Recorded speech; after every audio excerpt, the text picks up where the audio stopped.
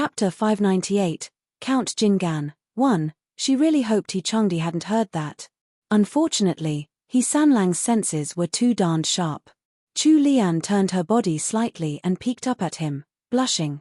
She only managed to catch the defined line of his jaw before she quickly hunkered back down and shut her eyes. She gripped the purse hanging at her waist tightly with her hands. Her body started to tremble. He Sanlang pulled Chu Lian into his embrace easily. Her back was pressed right against his muscled chest and she could feel it moving as he breathed. He Changdi's gaze wandered downwards. From this angle, he could see the trembling of Chu Lian's lashes.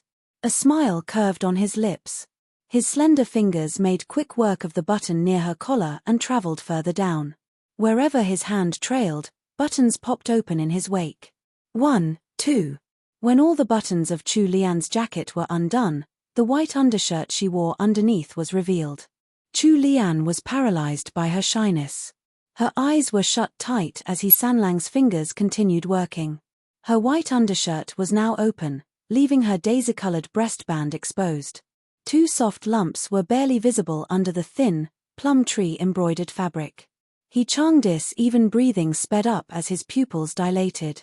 He couldn't resist covering one of the lumps with his palm and squeezing a little. Chu Lian had her eyes shut, so she couldn't see anything, but her other senses had become clearer as a result. She could feel the layers of her clothing being peeled away. She could feel the hot puffs of breath washing over her. Her bashfulness overcame her. He Sanlang took an arduous gulp. His fingers pulled away the last barrier between them. The snowy peaks topped with enticing red plums came into his view. His wife's pale skin looked even more beautiful when contrasted against her clothes. However, the peak on the left was slightly reddened. Of course, it was the one he had accidentally bumped into. Chu Lian's skin was tender and fragile. It was easy to leave marks on it. She was clumsy and didn't take much care, so there was always a small jar of bruise balm in the room.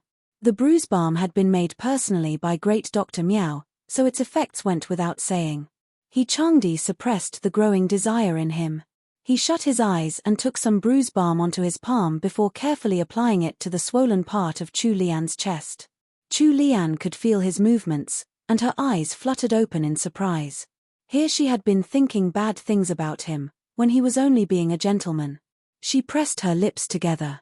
However, when she looked down and watched what He Changdi was doing to her exposed chest, with her shirt open, the blush that had just faded returned in full force. Although He Changdi kept a serious expression on his face, his hands weren't as well behaved. He didn't go overboard though. After applying the balm, he immediately started buttoning Chu Lian's clothes back up. Once her clothes had been straightened out, the flush on Chu Lian's cheeks finally retreated. She buried her face into He Sanlang's chest without a word. "Don't you have any questions for me?" He Changdi smiled and stroked her back. Chu Lian pushed him away and looked up to admire the nice line of He Changdi's jaw. "Why did you come to Qingxi Hall so abruptly?" He Changdi had appeared right in the nick of time, just when she had been put on the spot by eldest madam. It was too much of a coincidence. Furthermore, He Changdi usually wouldn't return from the Ministry of War that early. "You were being bullied so badly. How could I not return?" Chu Lian frowned. She didn't believe his joking tone. As expected, He Sanlang tenderly stroked her smooth cheek. Then, he sighed and said, "I knew that Aunt wouldn't let you off after finding out that you went to Prince Weiss estate, so I had someone watch her movements. The moment anything happened, they came to inform me." That was how he had been able to arrive at the right moment. Chu Lian was touched.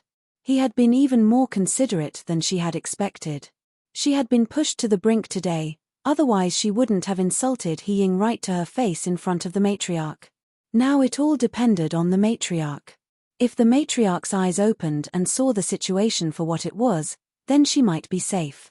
If the matriarch remained muddlehead, however, then all the blame would fall upon her. Even if He Changdi stood by her then, it wouldn't be of any help. The Great Wu dynasty was built on the foundations of filial piety, so the law wouldn't be on her side.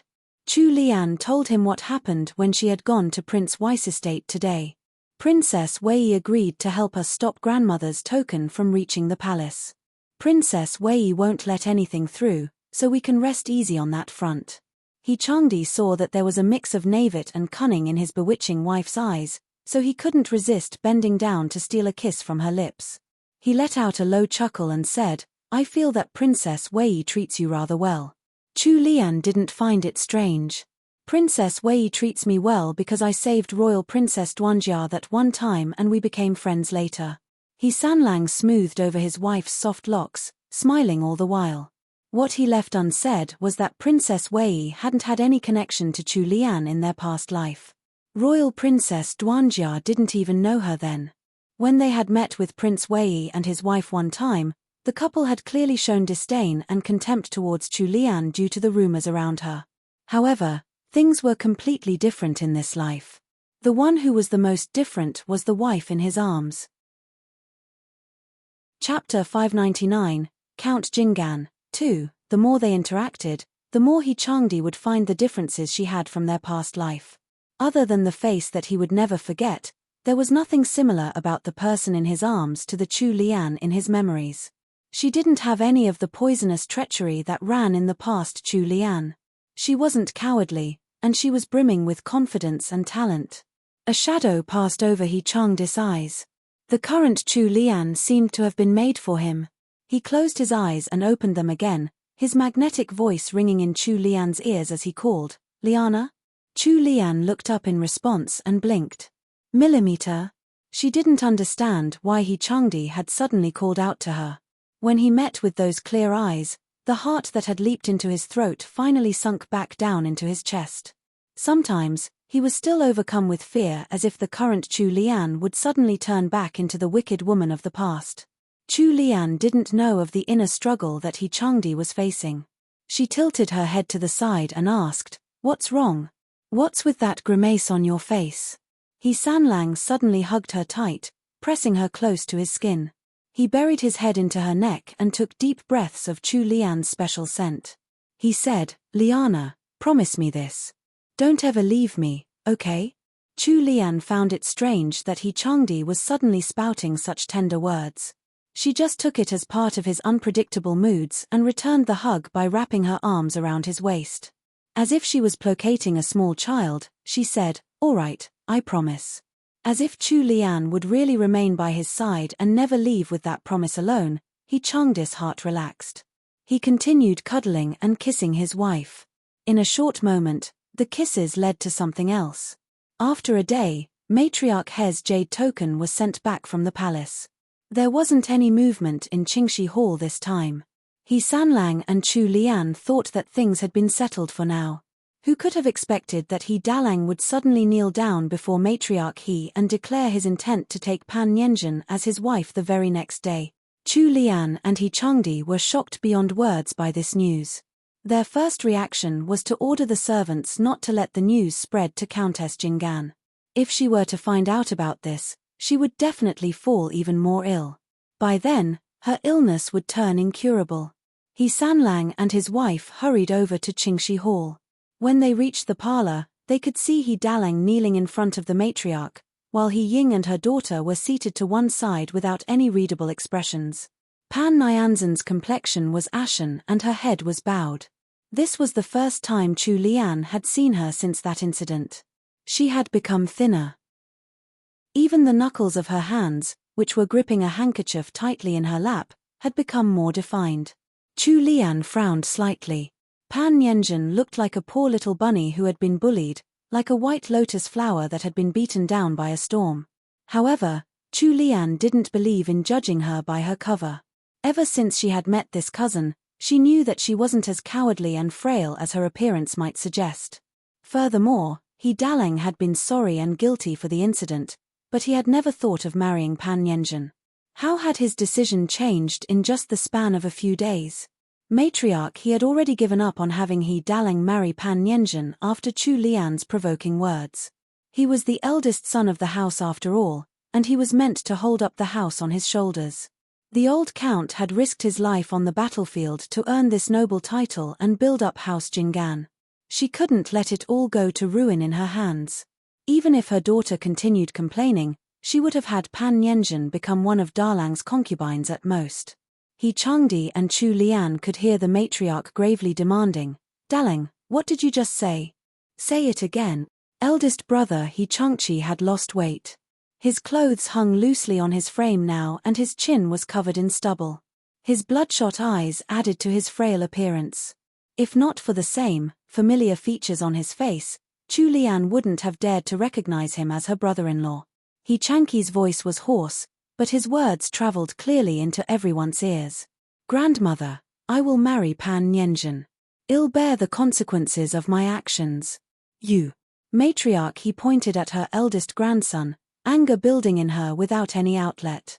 He Changdi followed by saying, "Grandmother, I'll send a petition to the emperor to take away my position as heir and give it to second brother instead. Once I marry Pan Nianzhen, I'll take her back to our ancestral home." Chu Lian was astounded. She immediately understood that eldest brother wasn't trying to make a compromise. He had completely given up on overturning the situation. He was trying to make it a loss on both sides to resolve the matter. This could protect House Jingan's reputation, as well as preserve the relationship between matriarch He and He Ying. He Changqi's words alarmed He Ying and her daughter. They were the ones who were the most shocked and scared by He Dalang's declaration.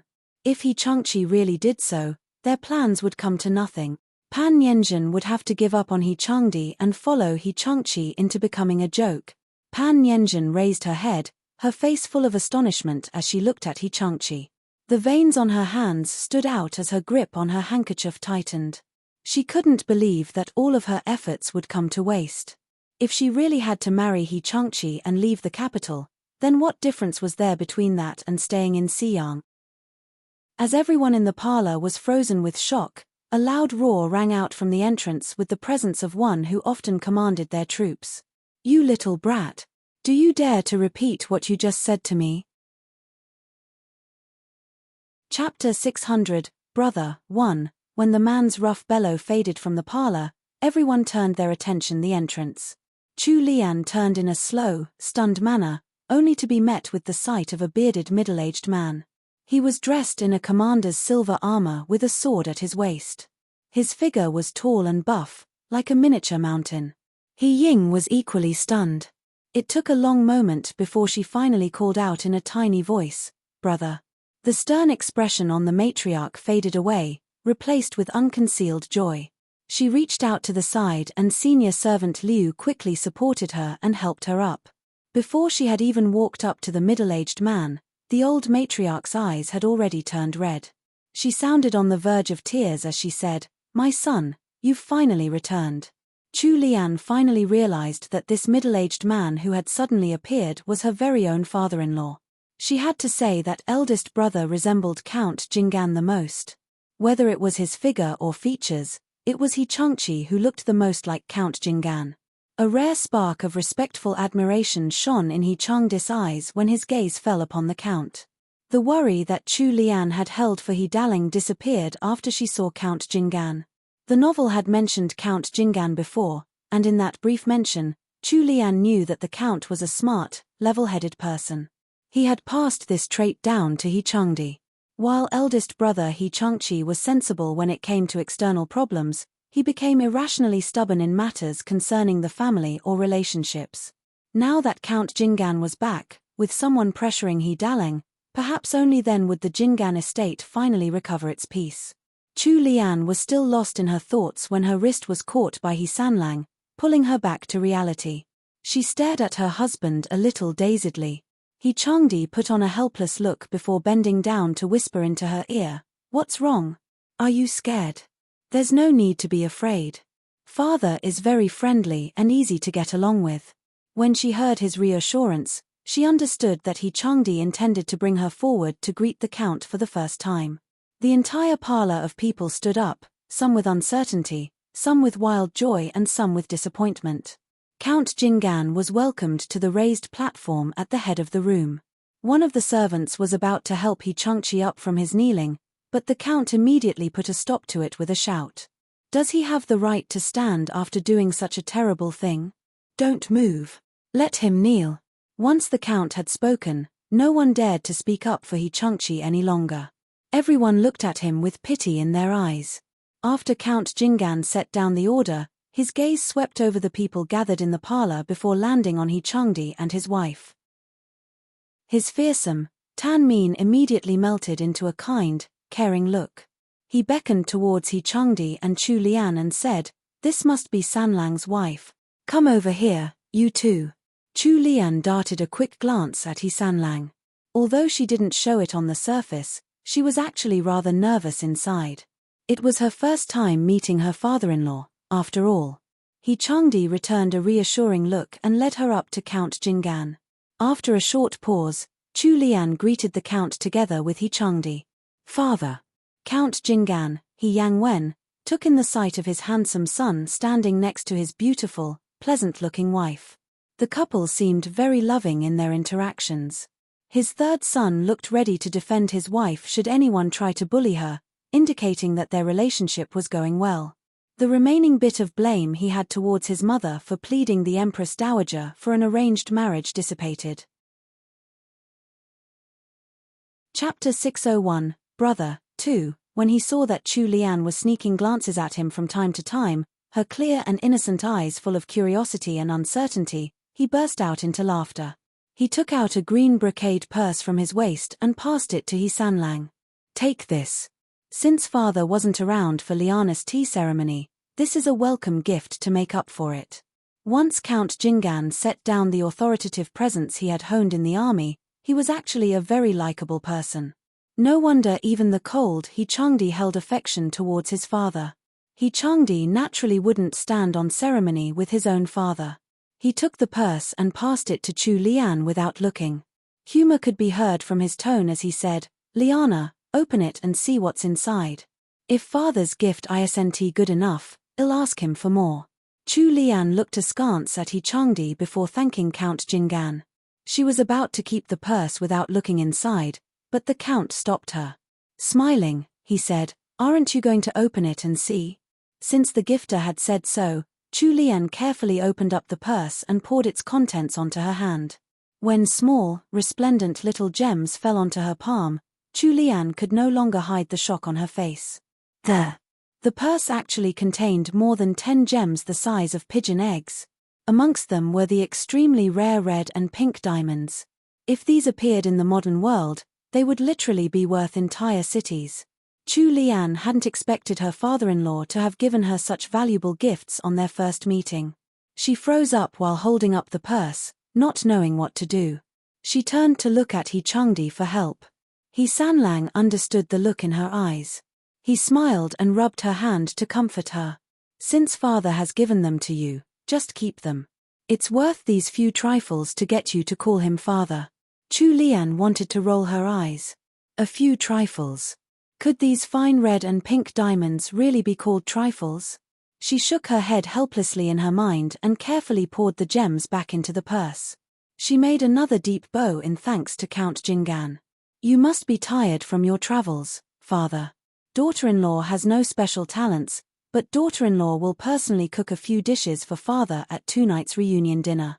Count Jingan laughed openly once again. "Then father will look forward to trying Liana's cooking tonight."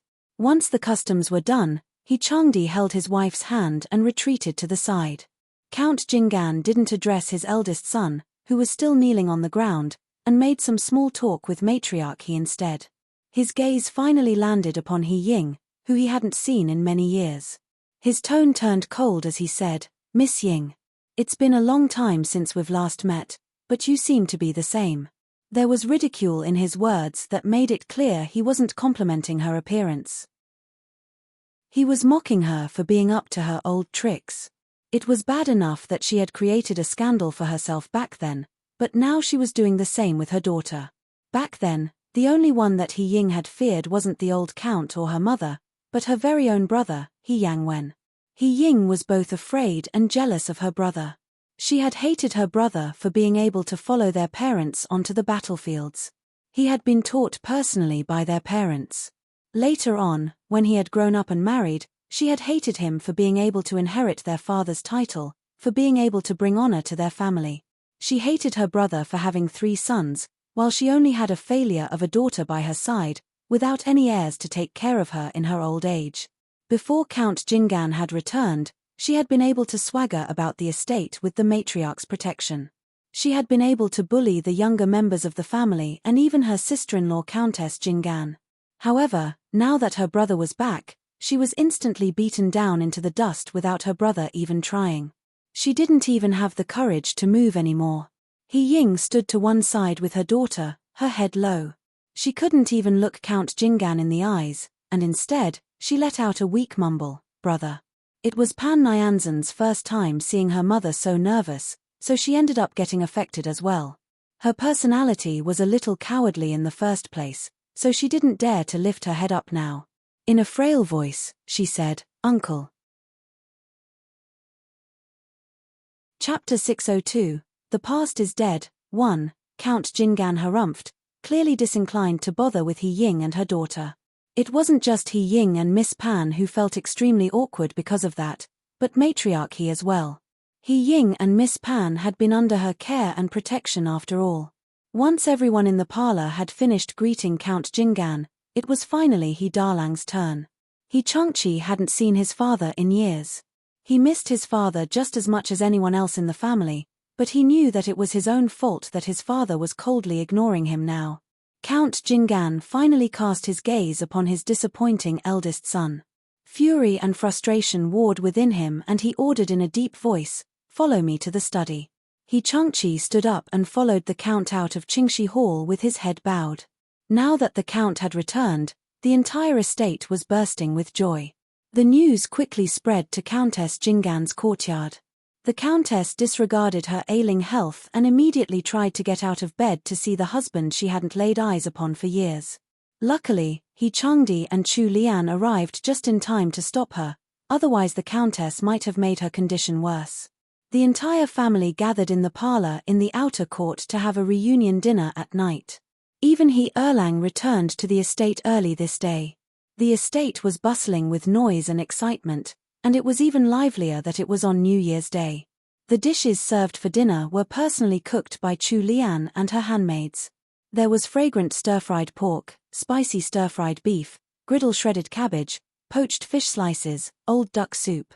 There were more than 10 dishes in total and they were all things that Count Jingan had never eaten before. After the meal, he couldn't help but compliment his youngest daughter-in-law's cooking. Since his belly was now full with an extremely satisfying reunion dinner, Count Jingan's mood had become much better as compared to in the day, when he was dealing with the mess that Dalang had created. That night, Count Jingan led his 2 little granddaughters and his wife back to their courtyard. Within the main bedroom of Countess Jingan's courtyard, the servants had already retreated, leaving the couple to themselves. Their 2 granddaughters had been taken to bed by their nursemaids. Count Jingan took his wife's hand and led her to sit by the desk. The couple was very close and they hadn't met in many years, so they were full of longing. Right now, the 2 of them had much to say to each other. The Count was the most concerned about his wife's health. Although he had already received He Changdi's letter, stating that his wife's illness had been cured, he couldn't rest easy without seeing it for himself. Now that his previously bedridden and sickly wife was standing before him with healthy, ruddy cheeks, he was elated beyond belief. The burly middle-aged general's eyes reddened and he gripped his wife's hand. "Peiwen, you're finally all better." Countess Jingan, Liu Peiwen, smiled along with her husband. "Yes, I'm all better now. Those days when I was trapped in bed feel like a dream now. Tell me how the person who healed you is like." "Great Dr. Miao." Count Jingan knew roughly how his wife had been cured, but he wasn't clear on the details involved. Countess Jingan knew that he would ask about it, so she explained the entire situation from start to end patiently. It took her a whole hour to finish explaining it all. She smiled as she looked at her husband. "It must be the heavens who couldn't bear seeing me lying in bed and helped to cure me earlier so I could welcome you back to our home." The Count chuckled and nodded. He lamented, "Sanlang's wife is really our He family's lucky star. If not for her, great Dr. Miao wouldn't have stayed in our estate so readily and helped to cure your illness. Although Mother is getting old and becoming more muddle-headed, she must have been guided by a greater power when she went to plead for this marriage for Sanlang. I'll go thank great Dr. Miao myself tomorrow." Countess Jingan nodded in agreement. "Yes, we should thank him personally. Immediately after, she seemed to have thought of something as she let out a giggle. Husband, now that you mention it, Sanlang has been growing more and more ever since his wife married into our family. He's a marquis now. Could Sanlang's wife be a lucky star for her husband as well?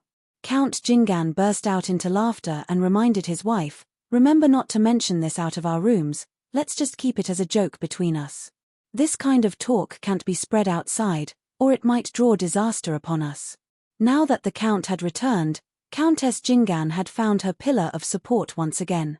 Her mind was now clearer than before. She hurriedly replied, I understand. The two drank their tea together. When the Count noticed that his wife was looking at him as if she had something she didn't quite dare to say, he had a good guess at what she was keeping in. He sighed softly, Dalang is an honest and considerate child to the bone and has loyal to the family. It's not completely his fault that his marriage with Madame Zhu turned out this way.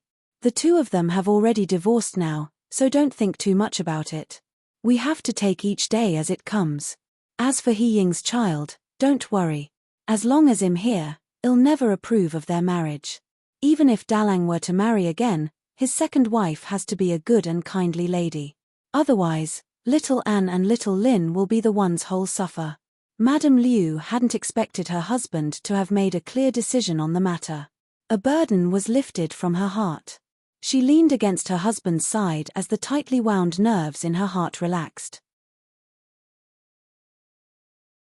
Chapter 603, The Past is Dead, 2. It was the 15th of the month today. A full moon was hanging in the sky, shining brightly and casting its light upon the estate. When the pale moonlight filtered through the half-opened window, it lit up a small area before their lounge. The old couple lifted their heads up to behold the moon outside the window, a sense of fulfillment warming their hearts. As they enjoyed this warm moment together, they didn't know that there had been a very different outcome in their past life. House Jingan had come to an end just 2 months later from this day. Back then, Countess Jingan had been bedridden from her old illness. The estate had been ransacked by imperial troops searching for evidence, and the matriarch had fallen ill and become bedridden as well. The Count had been arrested and publicly executed in the market, while the 3 He brothers had been sent off to exile in the north. That nightmarish ending was drifting further and further away from them now. He Changdi stood by the window, staring at the full moon hanging in the sky in a daze. The cool moonlight threw a bright silver cloak over He Sanlang, setting him aglow. He stood with his hands behind his back. The spring night breeze brushed over his skin, lifting up the 2 locks of hair by his face, making him look like a deity who had descended upon the earth.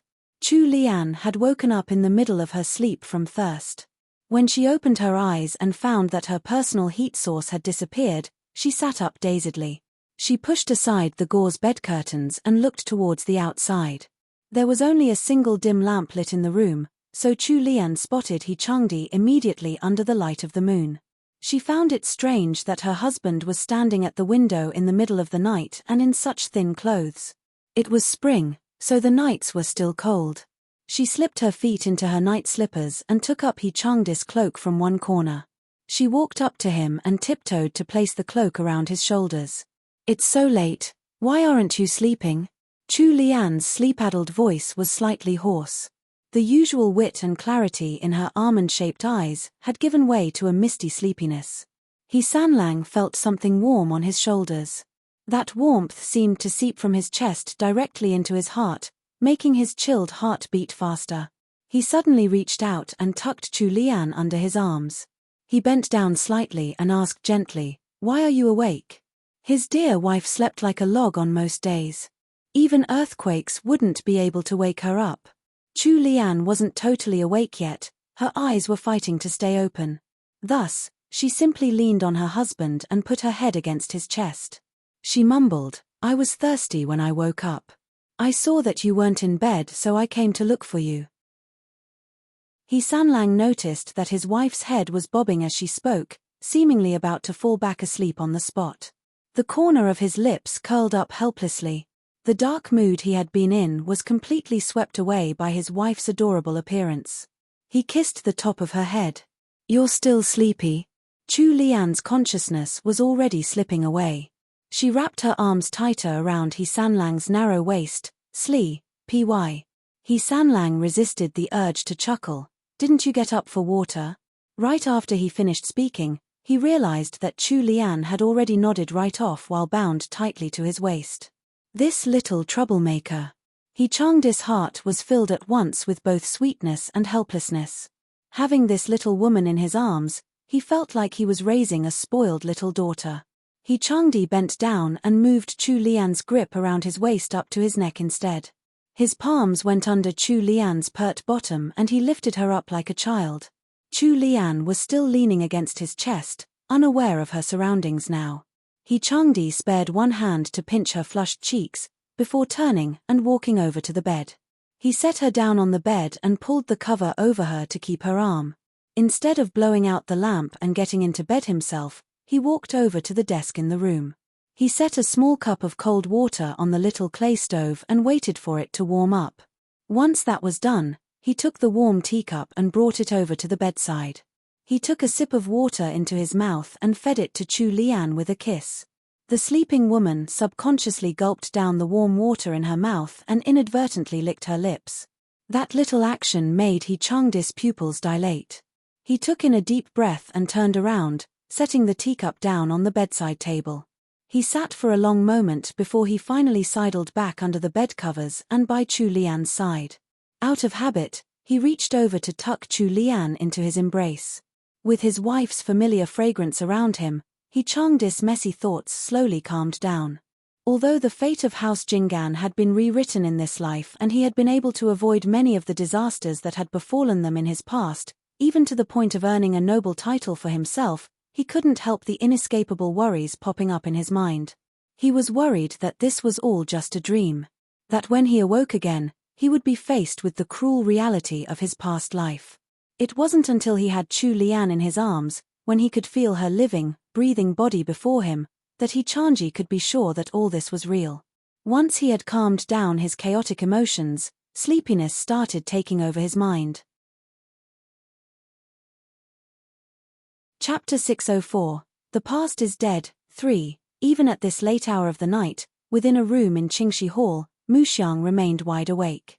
The door and the windows of the room were firmly shut, and there weren't any candles lit up in the room, making it pitch black. Mu Xiang sat fully dressed on her bed in the darkness, like a sinister, silent spectre. She was still in a daze. She couldn't believe that Count Jingan had returned earlier than expected. This wasn't what happened in her past life. Ever since the Count had returned, the situation she had been pushing the estate into was now ruined. It wasn't possible to use Matriarch He and He Ying to achieve her own motives now. She bit her lip and cursed Count Jingan inwardly. In this dark and seemingly boundless place, her eyes were lit up with a fearsome and poisonous glow. She scratched at the brocade bedsheets under her, vowing to herself that she would get what she wanted, no matter how vicious she had to be. The next day, Count Jingan, He Changjue and He Changdi headed for the palace together. Since the Count had just returned to the capital, he had to attend court in the morning before going over to the Ministry of War to hand over his matters, transfer his token of authority, and so on. There was plenty to do. He had managed to return to the estate in time yesterday because he had secretly sneaked in some free time. Once Count Jingan returned his token of authority, which gave him command over the troops in the south, he would be bestowed a slack position in the capital and enjoy his retirement. This was the usual way that most of the Defender generals retired, so it wasn't anything out of the ordinary. Qingjing Hall within the palace. Court had been dismissed by now. Count Jingan had been summoned into Qingjing Hall alone. Since Count Jingan had just returned from Mingju and he was an important general who had defended the borders for decades, it wasn't strange that the Chengping Emperor had summoned him for a private conversation. Dressed in a military official's court outfit, the burly and large Count Jingan stood like a mountain before the doors of Qingjing Hall. When eunuch Wei came out to invite him in, the Count followed behind the eunuch carefully. A glint flashed through Count Jingan's eyes while his head was bowed. His determination could be seen on the set of his brows. He took in a deep breath and lifted his head, his gaze landing upon that imperial yellow figure. Although the emperor was approaching 50, he remained clean-shaven. The men of the Great Wu didn't keep beards, so the emperor had followed that rule. The beardless emperor looked 5 to 6 years younger than his real age, making him look in his early 40s. However, Count Jingan was different. Although he was younger than the emperor by a year, his face had been weathered by hardship and there were a few strands of white in his hair, making him look much older. The wrinkles at the corners of his mouth were prominent. Adding on to that his beard, he looked a decade older than the emperor. Upon hearing the footsteps of the approaching count, the emperor looked up from the imperial reports and gazed upon Count Jingan.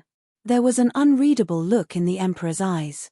It wasn't appreciation towards a loyal subject, nor admiration. It was far from trust and gratitude as well. In a nutshell, it was a strange look. He Yang Wen. It's been years since we last met. We hope you're doing fine. The Chengping emperor threw out these unexpected words with a straight face, causing his trusted attendant, eunuch Wei, to tremble a little behind him. Count Jingan bowed his head and body slightly, giving the emperor an appropriate salute, not an inch more or less. Defender General of the South, He Yang Wen, greets your majesty. Long live your majesty. The Chengping emperor's tone cooled down all of a sudden. Long live? He Yang Wen, you had better drop all pretenses. If you truly wished for us to live a long life, then you wouldn't have done that in the past. Count Jingan had a bitter smile in his heart. As expected, despite the many years that had passed, the emperor hadn't forgotten that incident in the past. However, the past is dead. There was no way to return to that time again. Count Jingan sighed inwardly. This humble official will accept any punishment as your majesty wishes. The emperor flew into a rage upon seeing the count's unruffled appearance. The anger that he had been suppressing for years was instantly ignited, warping his mien beyond recognition. He shoved the extremely priceless jade Jingtai teapot off his desk, roaring furiously, He Yanwan, don't you assume that we don't dare to sentence you to death? If she hadn't pled mercy for you back then, we would have split into 1,000 pieces by now. Count Jingan lowered his eyes, but his burly body remained standing strong like a majestic mountain. He was a staunch and unyielding obstacle in the emperor's eyes. This humble official will accept any punishment as your majesty wishes. Chapter 605. Without a cheat. 1. If the emperor were younger, he might really have drawn the imperial sword by his side and executed Count Jingan with a single, mad blow. However, for the current 50-year-old ruler, he had already experienced multitudes more compared to his younger days. Having sat on the golden throne for decades, he had been transformed into a true regent. Most trivial matters would hardly shake him now.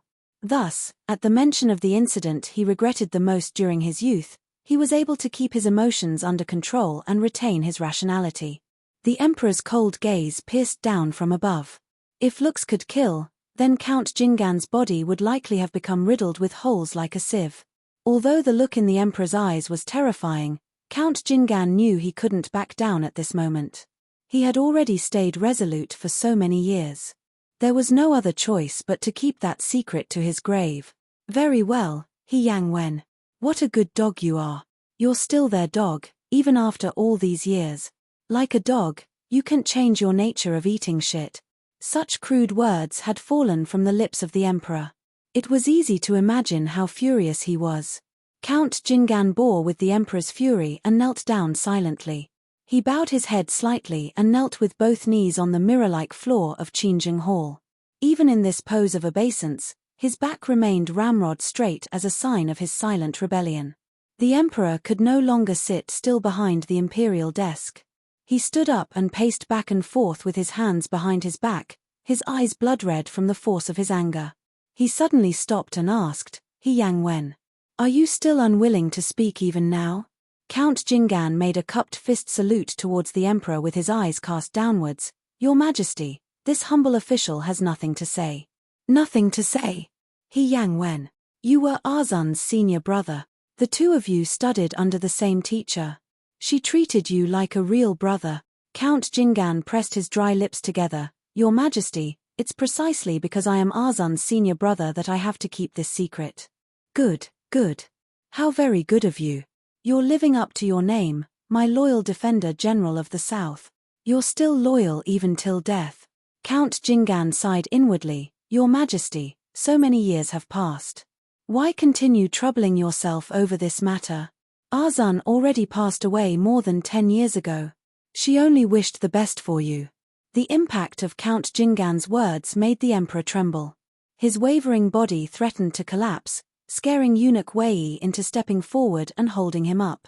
The emperor's lips pulled into a bitter smile. Even though he had already guessed years ago that Yi Zun was no longer in this world, when he received confirmation of his guess, his first reaction was still disbelief. He mumbled to himself, "So she's really gone. Then can you tell us where her grave is?" The sharp ice in the emperor's gaze had retreated into disappointment and defeat. However, when he asked his question, a spark of hope lit up in his eyes as he looked at the kneeling Count Jingan. A pang of heartache rose in the count's heart.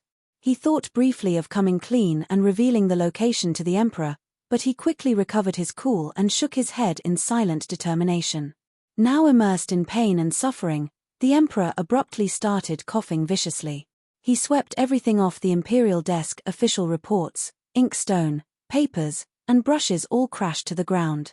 Ink splattered all over the golden floors of the hall, making a huge mess that reflected the inner state of the emperor's heart. The emperor was bent over from the effort of coughing, bracing himself on his knees. Tears started rolling from his eyes, perhaps due to the coughs, or perhaps due to his heartache. Eunuch Wei was close to panicking. He quickly patted his master's back to help soothe him, all the while glaring angrily at the kneeling Count Jingan. It took a long moment before the emperor finally stopped coughing. With the help of Eunuch Wei, he took his seat behind his desk once again. Following that, he leveled a cool and indifferent gaze at the kneeling count and spat out an emotionless command: "Scram." Count Jingan slowly cast his eyes upwards to look at the man on the dragon throne before standing up and performing a precise salute to the emperor, not an inch more, not an inch less. He then left Qinzheng Hall without a whisper to mark his passing. After an indeterminate amount of time had passed, the emperor suddenly asked, "Wei Chenghai, do you think that I've been too greedy?" He had thought that he would be able to forget easily. However, with the passing of time, his memories of Arzan had only become clearer and clearer. He wanted to know if she was doing well, what she looked like when she aged. He wanted to know if she missed him. But now, there was nothing left. Arzan was gone. She had left him forever. Eunuch Wei had been serving the emperor ever since he was a prince, so he knew clearly the events that the emperor and Count Jingan had been talking about. Back then, they had each had their own difficulties. They had all done what they had to do. It wasn't the emperor's fault alone, nor was Count Jingan completely to blame. However, with the emperor's current mood, he couldn't speak his mind now and could only try to comfort his master as best he could. "Your Majesty, every living person has their own desires. It's natural that Your Majesty misses Miss Yi Zun, but as the ruler of the country, as important as Miss Yeshuan was, she is no longer your only priority." The emperor understood that Eunuch Wei was right, but he was still heartbroken. He was never going to see Arzan again. How could he not despair? But it's still difficult to bear the truth. I'm losing control. Eunuch Wei had no words for that. He simply stayed by the emperor's side in a show of silent support. Who could have thought that the esteemed emperor would also have painful moments like this? Chapter 606, Without a Cheat, 2. In the following days, the emperor's complexion wasn't very good during morning court. After 2 more days, there was the announcement that court was postponed for the day. The imperial physicians determined that the emperor had caught a cold and was having a fever. Luckily, the emperor normally kept a tight hold over his rule and it was just a minor illness, otherwise bad news might have started brewing. Now that the Thousand Blessings festival was close, all the courtiers were racking their brains over birthday gifts for the emperor. It was the emperor's 50th birthday this year, so it was even more important not to make any mistakes. Right now, He Changdi was already back in Songtao court and discussing with Chu Lian what they should present as a gift at the festival. He held an important position in court now and wasn't just a minor young noble now. He had to prepare a proper gift for the emperor. Chu Lian hadn't looked well this morning when they had woken up. Even though she had tried her best to hide her discomfort, He Changdi had been able to see through her defenses. Since court had been cancelled for the day, he had returned earlier to check on his wife. When He Sanlang had returned to Songtao Court, Chu Lian had still been in the middle of an afternoon nap. Half of her face had been buried in the covers and the other half was flushed, giving him the urge to pinch her cheek. He Changdi dismissed all the maidservants on duty before tiptoeing over to the bed and sitting down near the headboard. He reached out and pulled away the blanket covering Chu Lian's face. Chu Lian had originally been grasping on the edge of the blanket with one hand. When He Changdi moved the blanket, her hand was moved as well, startling her awake. The moment she opened her eyes, there was an instant of panic that had yet to fade away. It wasn't until her gaze landed upon He Changdi that she finally regained her consciousness. He Sanlang's brows formed into a frown. There was something wrong with Chu Lian today. His darling wife loved to sleep the most. She slept very heavily as well, to the point that she wouldn't wake up even if he teased her in her sleep. However, she had been startled awake so easily by a small movement today. He reached out to touch her forehead. Her temperature seemed normal, she didn't seem to be ill. He whispered gently, bending over so she could hear him, "Do you want to continue sleeping? Would you like me to sleep with you?" It took Chu Lian some time to finally understand what He Changdi had said. Her lips twitched, her usually lively eyes rather dull and listless now. "No, I'll get up now." Chu Lian sat up immediately. He Changdi checked the time and did some calculations in his mind. Chu Lian had only slept for half an hour. "What's wrong? Did you have a bad dream?" Chu Lian looked up at him, wanting to shake her head. However, she ended up nodding a little hesitantly. The cool expression on He Changdi's face had already melted like the first snows of spring. He sat closer to Chu Lian and pulled her into his arms. "Aren't you normally so brave and bold? How did a silly bad dream scare you? Come talk to me, tell me what happened in your dream. I'll let you know if it's really scary." Chu Lian went along willingly and leaned against his broad chest. Her gaze traveled far into the distance. She had dreamed of returning to the modern world just now.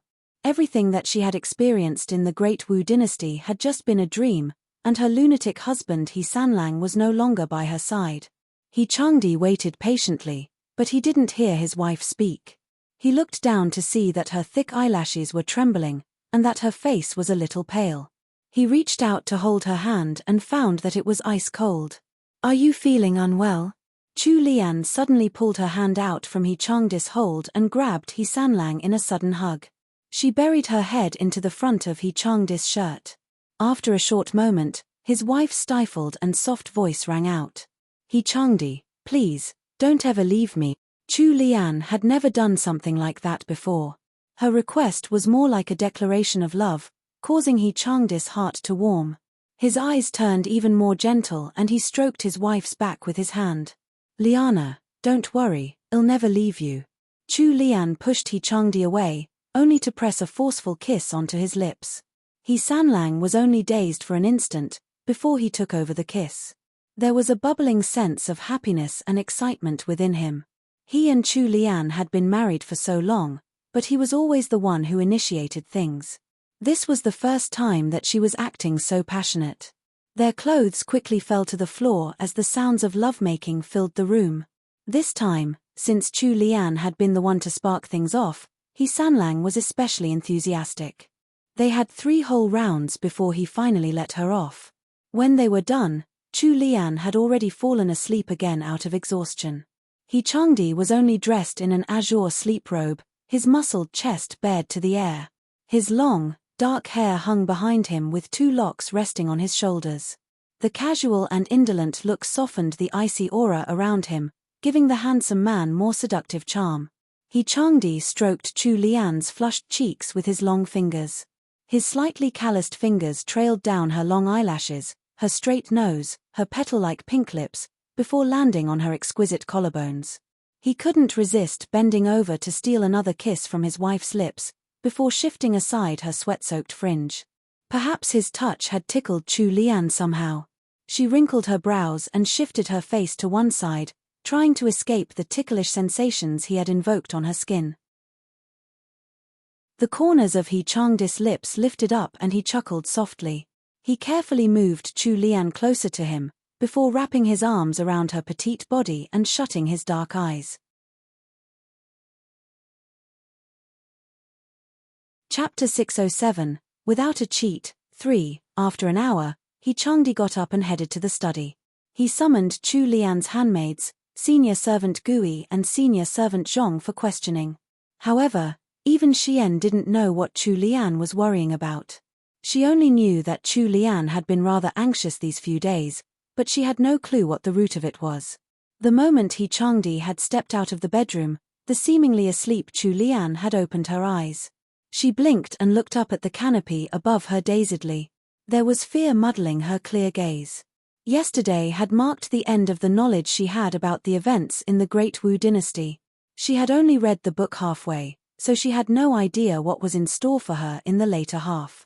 This was the same as a sniper entering a foreign land losing their map and knowledge. The situation affected her mood, making her lose all sense of safety and letting her fears and insecurities take over. Chu Lian sucked in a deep breath. The lost look in her eyes slowly changed into one of determination. She believed that she would be able to live just as well even without her cheat guiding her. After letting go of the worries that had been burdening her, Chu Lian's mood became more relaxed. Thinking back over the past year, even though she had known about the events about to happen, Changdi had always acted out of her expectations. Not everything had gone according to the book's original plan either, and she hadn't been able to avoid the major events of the story. Thus, she had only been torturing herself for nothing with her thoughts and worries over the past few days. After her reflection, she realized that having foreknowledge of the future didn't make any difference anyway. It was good enough as long as she remained true to herself. Now that she had finally thought things through, she recalled how forward she had been with Changdi. Her face instantly flushed. She called out for a servant, and Wenqing entered. "Where's my husband?" Wenqing carefully looked over third young madam and found that her complexion was a rosy pink and that her almond-shaped eyes were curved into crescents. The handmaid understood that her master's mood had improved vastly. Her worry for her master vanished. When third young master had seen how unhappy third young madam had been, he looked like he was going to punish all the servants of Songtao court. Replying to third young madam, third young master is in the study. "Would you like to go there?" Chu Lian thought for a moment and nodded. Wenqing helped her into a silver and red 5-layer full-length gown and specially picked out some matching pearl accessories for her hair, giving Chu Lian a clean and elegant appearance. Changdi was in the middle of some deep thinking with his eyes shut. He rubbed the jade ring on his thumb subconsciously as he did so. When he heard the sound of the door being opened, his eyes slowly fluttered open. To his surprise, Chu Lian entered the room. The smile on her face was like the sun, casting away the gloominess hanging over him. Changdi beckoned Chu Lian over, and she quickly walked up to him. "Why did you come over by yourself?" There weren't any open documents in front of Sanlang. The inkwell next to him was also dry, so it was clear that he wasn't in the middle of sorting out some official business. With a gentle tug of his arm, Changdi pulled Chu Lian onto his lap. Chu Lian made a token struggle before giving in to his wishes. Changdi was tall and long-limbed, whereas Chu Lian was much smaller in size. Sitting obediently in his lap, she looked like a cute little daughter instead. Sanlang wound a loose lock of her hair on his finger as he spoke to her in a low, magnetic voice. "What should we prepare as a gift for the Thousand Blessings Festival?" Chu Lian had been focused on her own thoughts over the past 2 days, so she hadn't given much thought to it. Now Changdi's question reminded her that the Emperor's birthday was approaching. It was the Emperor's 50th birthday this year, and even the Empress Dowager had ordered for a grand celebration to be held. The ranked noble ladies would have to enter the palace for the banquet. It wasn't just Changdi who had to prepare a gift, she had to prepare something in her capacity as honored Lady Genie as well. Chu Lian saw that he was frowning from contemplation, so she asked, "Do you have something in mind already?" Changdi put an arm around Chu Lian's slender waist, the corner of his mouth tilting upwards. "How about the Snow Mountain Mist's flower?" The Chengping Emperor ruled over the vast lands of the Great Wu. He didn't need money in the least, so their gifts had to be something more than just valuable. He and his wife weren't close to the emperor at all and weren't certain of his likes and dislikes. Thus, they could only pick some interesting treasures as gifts. There was still a single flower left after using the rest of the Snow Mountain Mist's flowers for Countess Jingan's medicine. From what Great Dr. Miao had said, the Snow Mountain Mist's flowers were more precious than 100-year-old ginseng or lingzhi mushrooms. While they weren't so powerful as to be a cure-all, they were invaluable as the main ingredients to cure many deep-seated illnesses. This information had been passed down from Great Dr. Miao's teacher. Even the imperial physicians in the palace had no idea about the medicinal uses of the Snow Mountain's Mist's flower. Such a unique medicinal ingredient would be more than enough as a birthday gift for the emperor. Chu Lian pondered it for a bit before nodding. Luckily we had one stalk left. This gift is much better than presenting some other treasure. Thus, the couple decided on their gift for the emperor's birthday feast. He Changdi saw that she was in higher spirits, so he teased her, "Liana, have you decided on what you're going to give the emperor?" Chu Lian showed him a cunning smile. "It's much simpler for me. I'll just cook a dish for him and bring it into the palace." He Sanlang poked the tip of her nose in response. He suddenly turned serious and said, "Once the Thousand Blessings festival is over, we'll move out of this estate." Chu Lian abruptly sat upright with her eyes wide in disbelief. "Really? You've already discussed it with father?" He Changdi nodded.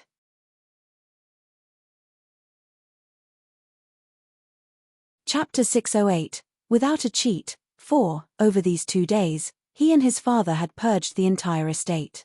They had also gotten to the truth of why his eldest brother He Changqi had suddenly requested to marry Pan Nianzhen, as well as to relinquish his position as heir to He Changjue. It turned out that eldest Madam He Ying and Pan Nianzhen had had a private discussion with He Changqi. They had told him that he was ruining their family's reputation with his actions, and that He Ying would spread the entire matter out to society and bring down the name of House Jinggan if he didn't take Pan Nianzhen as his wife. Driven into a corner, He Changqi had made that decision in despair. He Changdi had already discussed with Count Jinggan and come up with a solution. They were going to send He Ying and her daughter off to one of House Jinggan's rural holdings and keep them there under guard. They were also going to rotate the servants in Qingxi Hall out so as to prevent any incidents from happening again. Now that Count Jinggan was back, it was time to bring forward He Changju's engagement. Since eldest brother He Changqi had just divorced, there wasn't a need to find a second wife for him so quickly. Once second brother took a wife, it wouldn't be good for him to stay on in the estate, since he had his own noble title. Why not leave the estate and make their own home earlier?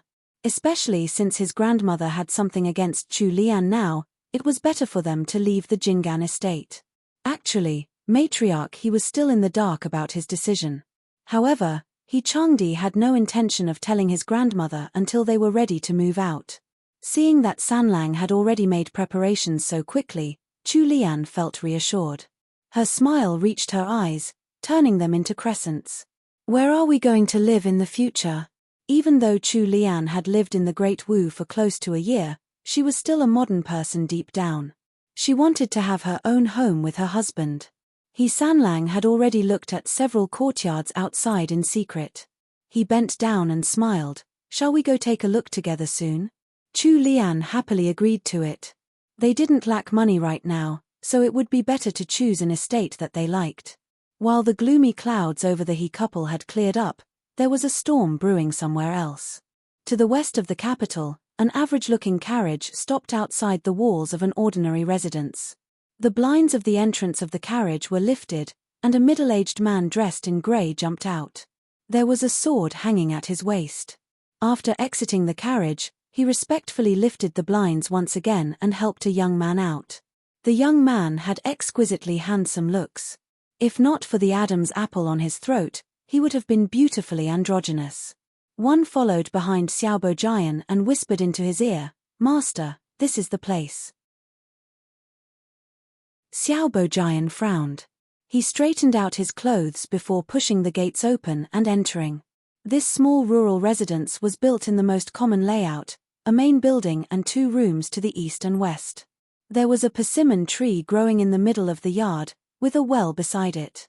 Xiao Bojian took in the courtyard with one glance and noticed a single green-clothed maidservant guarding the west room's entrance. He paused in his footsteps, a glint of loathing flashing across his eyes, although he quickly concealed it again. He strode forth to the west wing with one following behind him, his head bowed. After Xiao Bojian pushed the door open and entered the west room, one stood guard at the door together with the green-clothed maidservant. Not too long later, the sounds of lovemaking resounded from the room. The woman's voice was unfamiliar, but extremely flirty. One was trained in the martial arts, so his senses were heightened. His brows drew together at the sounds coming from the room, while the maidservant next to him blushed. An hour later, peace returned to the west room.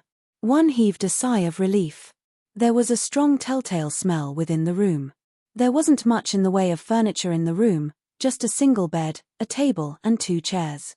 However, the quality of the furnishings spoke of deliberate and careful placement. The voices of a man and woman in conversation could be heard from within the bedchamber. The man was Xiao Bojian, of course.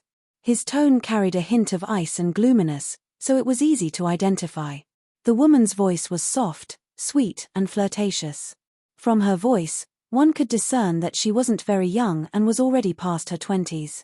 She chuckled and used a single red fingernail to make a scratch on Xiao Bojian's pale chest. "You were unexpectedly impressive, Mr. Scholar. This madam almost fainted just now." Xiao Bojian was currently holding a curvy and mature woman in his embrace.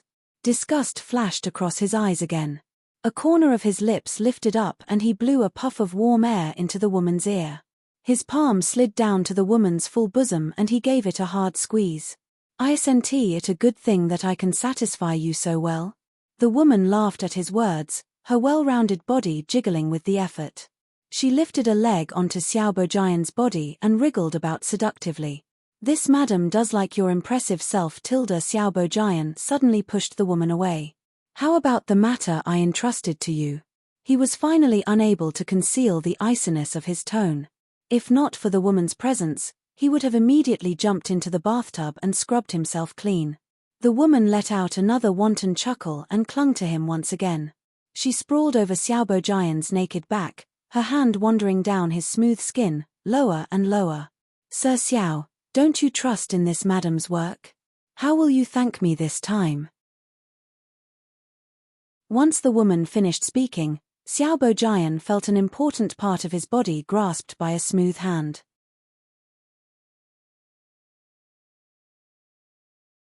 Chapter 609, Thousand Blessings Festival, 1. Xiao Bojian's body tensed before immediately relaxing. He gave a seductive groan and turned towards the well-developed, mature woman, pressing her down into the bed. It was another flight of pleasure. 2 hours later, Xiao Bojian was already fully clothed and standing by the well in the courtyard. The woman had already left through the back door, so the only ones left were Xiao Bojian and one. One stood behind Xiao Bojian, his gaze on Xiao Bojian's slim back. He opened his mouth, but stopped himself from saying anything. He wanted to say that it wasn't worth it for Xiao Bojian to do this, as their forces were now incomparable to the past. To accomplish their objective, they didn't have to use that woman. He could tell that his master didn't like that woman. In fact, he could see that he loathed and was disgusted by her. Xiao Bojian looked up at the skies. A moment later, he turned around to glance at one.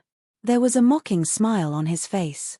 "I know what you want to say, but you need to know that this is the route with the least losses for us. Changdi has already gathered up his forces, we don't have enough people to go head-to-head against them." This was the type of person Xiao Bojian was. He had wild ambitions and he took extreme actions. In order to achieve his goals, he was willing to sell even himself out. With power and revenge laid out in front of him, he had lost all sense of self-preservation. Xiao Bojian's eyes narrowed. Before the Northern Army's overwhelming victory against the Tu Hun people, he had never thought that the person who would stand toe-to-toe with him would be House Jinggan's Changdi. It turned out that he had been severely underestimating this man all this time.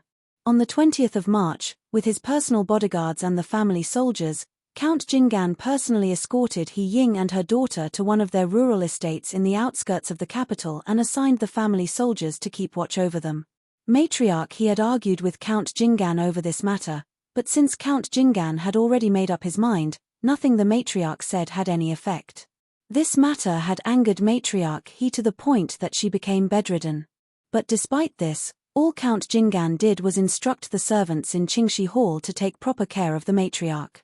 Due to He Changdi and Count Jingan's contributions to the public accounts, all expenditure in the estate was also now in order. As there were only a few family members living in the estate, it wasn't as tiresome to manage the Jingan estate as it was for other noble estates. With the help of her close aides, Countess Jingan was able to cope with managing the household now. He Changdi had already discussed the matter of moving out to his own manor with his father. Count Jingan and He Changdi then wrote letters to the Chengping Emperor to request his permission. Countess Jingan may have agreed to this, but she still asked He Sanlang to pick a place that wasn't too far from House Jingan. During their 2 days of free time, Chu Lian and He Changdi went to take a look at a few suitable estates. They were pretty much set on the one at Pingkang Lane. Now they were just waiting for the Emperor's permission. The moment the Emperor sent over the red letter of approval, the two could move out. In a room within Qingxi Hall, Mu Xiang had just learned the news of the third branch moving out. She first felt overwhelmed, then disbelief. In her enraged confusion, she knocked over the table beside her chaise. Tea and fruits were strewn over the ground, turning the room into a complete mess. The maidservant on watch outside the door was frightened by the sounds, so she ran in. "Sister Mu Xiang, what happened?" The young maidservant was shocked still by Muxiang's terrifying expression. With that sinister look on her face, Mu Xiang shouted at the servant, "Get out! Scram!" The servant was extremely frightened. When she returned to her senses, she ran away in a hurry with fear written all over her face. She even forgot to close the door on her way out. Senior servant Liu had been instructing some servants as they laid out beddings and other items to dry in the sun. Seeing a flustered servant running towards her, she immediately criticized her. "Watch yourself. You should know better than to run about like that." The servant stopped in her tracks, then nervously bowed to Senior Servant Liu. Senior Servant Liu sized up the young servant, who looked to be around 14. If she recalled correctly, this servant usually stayed by Muxiang's side and worked for her. Mu Xiang often had this servant run errands for her. Why did she look so scared? She had run over here from Muxiang's room. Unable to keep her emotions under control, the servant sobbed and tears began to fall from her eyes. "Momo, something seems to have happened to Sister Mu Xiang. Please take a look at her." Senior Servant Liu was startled by this exclamation, but she put on a serious expression and said, all right. And here I thought something serious had actually happened. You should go take a rest and wash your face. I'll go have a look. If you act rashly like this again, be prepared for the rod. Understood." The servant withheld her tears and carefully left. Senior Servant Liu personally went over to Muxiang's room. The doors were open, so Senior Servant Liu was immediately able to see the disheveled state of the room when she walked up to it. Before she could even speak a word, she suddenly heard Muxiang's frigid warning. "Didn't I ask you to get the hell out? Scram!" Senior Servant Liu frowned and fiercely rebuked her. "What's wrong? Am I not allowed to check on you?" As she hadn't been expecting Senior Servant Liu at the door, the expression on Muxiang's face was priceless. She immediately became flustered, but she managed to calm down very quickly. Mu Xiang readjusted her facial expression before turning to walk towards Senior Servant Liu. She appeared apologetic and fearful as if she had committed some wrong and said, "Momo, why are you here? I didn't know that it was you who came. I thought it was that careless girl." Senior Servant Liu let Mu Xiang help her over to a chair before surveying the messy sofa and floor. "What's going on? Why is the room in such a mess?" Mu Xiang pursed her lips in embarrassment. "Momo, it's all my fault. I was lost in my thoughts while sitting on the chaise and I knocked over the teapot and fruit platter on the table by accident." The young maidservant keeping watch outside thought something had happened and rushed in. "I was in a bad mood, so I gave her a little scolding. That girl only came to the estate a short while ago and is a little too sensitive, so she ran away just from that."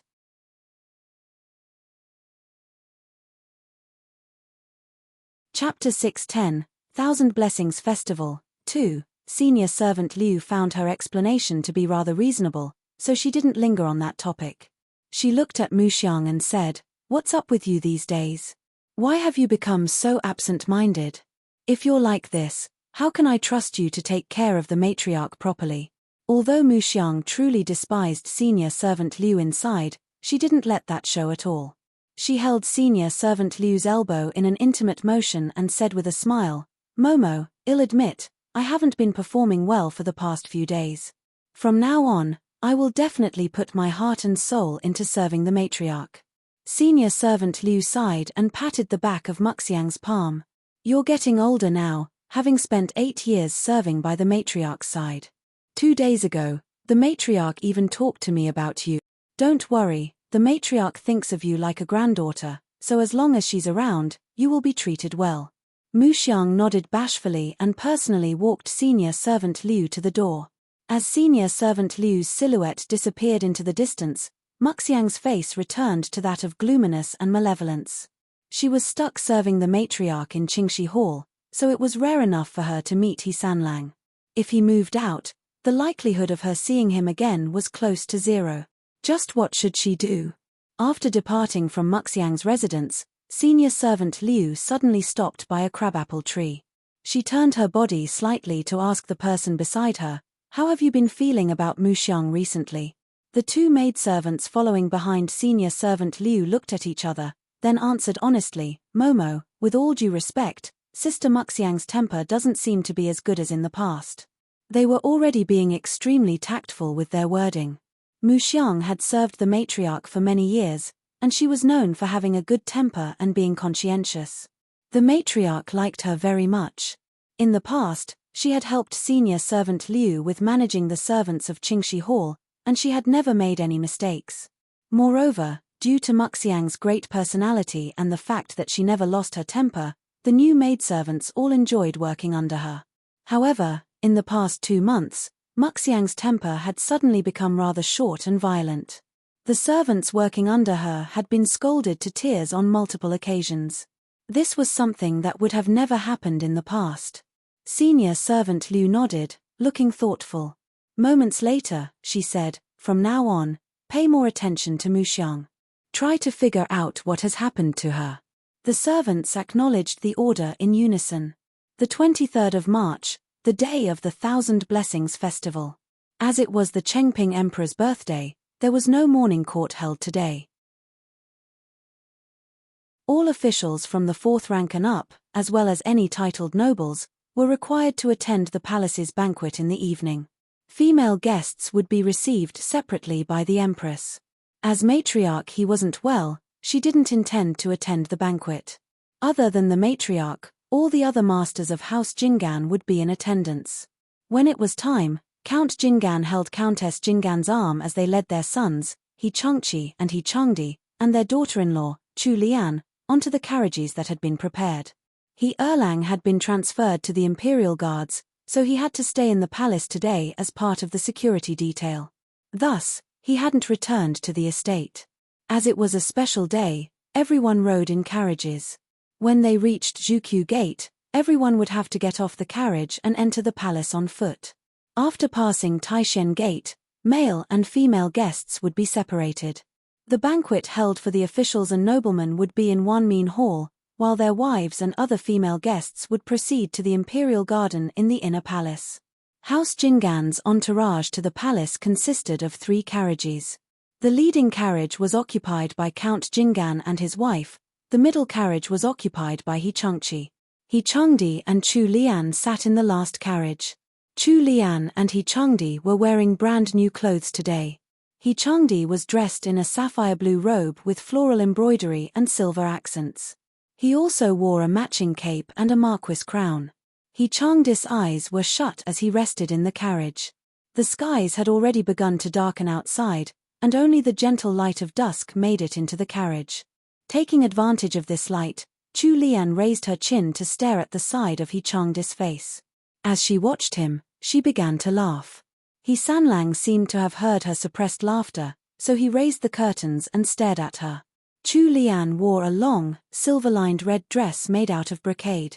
The upper half of it was a form-fitting top, covered in a light purple vest with silver accents and half-length sleeves. The vest ended at her waist, which was just right to show off the complicated embroidery of the bottom half of the dress. There was a matching thin red and silver shawl draped at her elbows and hanging down the back of her dress. 2 interesting-looking bracelets made out of red coral were on her wrists. Their vibrant red color made for a stark contrast against the pale white of her arms and was very eye-catching. As she was already dressed so extravagantly, Chu Lian told Xian to style her hair into a simple bun. The only accessory on her hair was a white jade hairpin with a ruby inlay. There was also a ruby hanging in the middle of her forehead. Contrasted against her skin, the ruby helped her skin look all the more fair and beautiful. Today, Chu Lian's bangs had all been combed away to show off every flawless bit of her forehead. Her beautiful oval face helped to emphasize her bright and clear almond eyes.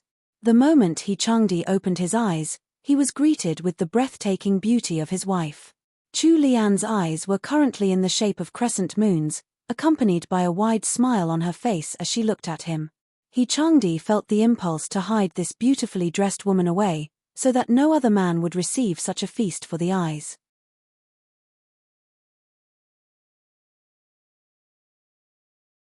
Chapter 6:11, Thousand Blessings Festival, 3. Changdi had his hands on his knees as he rubbed the green jade ring on his thumb. Chu Lian was also wearing a smaller-sized ring like his on her left hand. When Chu Lian noticed Changdi's gaze directed at her, her smile brightened even more. Sanlang raised his brows a little. In a charming voice, he said, "What are you smiling at?" Chu Lian tilted her head. Sanlang had an originally frosty disposition, but his experience as part of the Northern Army had given him a trace of a military man's air. His face was incomparably suave, he had well-defined features, a tall nose, and a pair of dark eyes which were incredibly captivating. He was like a frigid iceberg in the midst of a raging storm, and anyone who accidentally wandered into his reach would never be able to break away.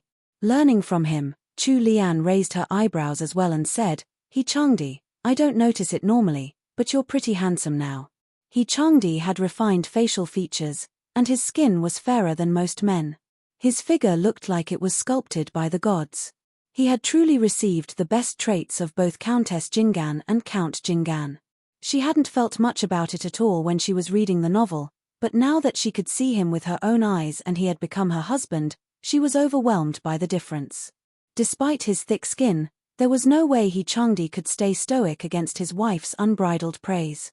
Although he didn't show it on his face, his ears reddened a little. As they spent their days together, Chu Lian had already become more aware of the minute changes in his expression, so she snickered inwardly. Actually, Changdi was still very innocent in some ways. Changdi didn't speak a word and pursed his lips. From a bystander's point of view, it was like his face had become even grimer, perhaps bordering on enraged, but that wasn't actually what happened. He was just shy and embarrassed. Chu Lian was incredibly entertained. She wanted to tease him more. The two sat facing each other with half an arm's distance between them. Sanlang could reach Chu Lian just by straightening his long legs. She leaned forward slightly and blinked her wide almond eyes at him. "Changdi, your ears are red." Once she said that, she moved back like a child who had just received a treat and began to laugh while covering her mouth. A twitch developed on Changdi's forehead. Taking advantage of the fact that Chu Lian had her guard down, he reached forward and caught her, pulling her over to his side and making her sit beside him. Still in the middle of laughing, Chu Lian was startled by his sudden overbearing action. Before she had the chance to relax, her small mouth was sealed by a pair of ice-cold lips and her mouth was plundered. Chu Lian's eyes widened. She subconsciously resisted by pushing away the strong man with both hands.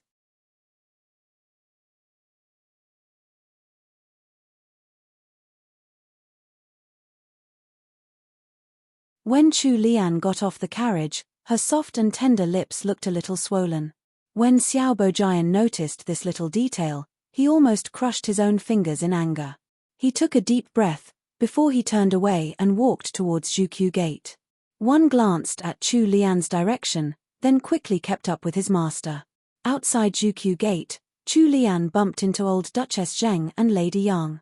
The three families walked towards Taishen Gate together, where the male guests separated from the female guests. Chu Lian supported Countess Jinggan as they were led alongside old Duchess Zheng and Lady Yang and the other female guests towards the imperial gardens within the inner palace. Chu Lian had come to the imperial gardens before, but this time, the imperial gardens looked nothing like before. A majority of the female guests were led by the maidservants to the halls beside the imperial gardens to rest. The moment Chu Lian arrived, she began looking for Princess Wei and Royal Princess Duanjia. As expected, she managed to find the two of them, surrounded by people. Chu Lian helped her mother-in-law over to greet Princess Wei. A while later, the banquet of the Thousand Blessings Festival began. While Chu Lian was a second-ranked marchioness, she wasn't given a seat at the front, and was instead sat by Countess Jinggan's side, which was somewhere in the middle. Princess Wei and Royal Princess Duanjia sat at the very front with other high-ranked noble ladies. As they sat in a very conspicuous position, Chu Lian was able to see them just by raising her head a little. Royal Princess Duanjia was even specially seated beside the Empress Dowager. Halfway through the banquet, Chu Lian raised her head and noticed that there was a palace maid whispering something towards Royal Princess Duanjia. Royal Princess Duanjia's expression immediately changed, and she then got up and stealthily left the banquet. Furthermore, Royal Princess Duanjia didn't even bring along any of her trusted handmaids with her. Chu Lian frowned. She felt that something was amiss. Princess Wei sat facing in a different direction from Royal Princess Duanjia, so if she didn't deliberately turn to look, she wouldn't have noticed what happened to her daughter at all. Chu Lian hesitated for a moment, before leaning over to her mother-in-law's side to excuse herself quietly. She then stood up and quickly led Wenqing and Wenlan in the direction that Royal Princess Duanjia had left in. When they got out of the banquet hall, Chu Lian sternly commanded Wenlan, "Go inform Princess Wei that Royal Princess Duanjia left the hall alone." Next, she instructed Wenqing, "Wenqing, follow me, and keep your guard up at all times." After saying her piece, Chu Lian and Wenlan went their separate ways and disappeared off into the darkness in the imperial gardens.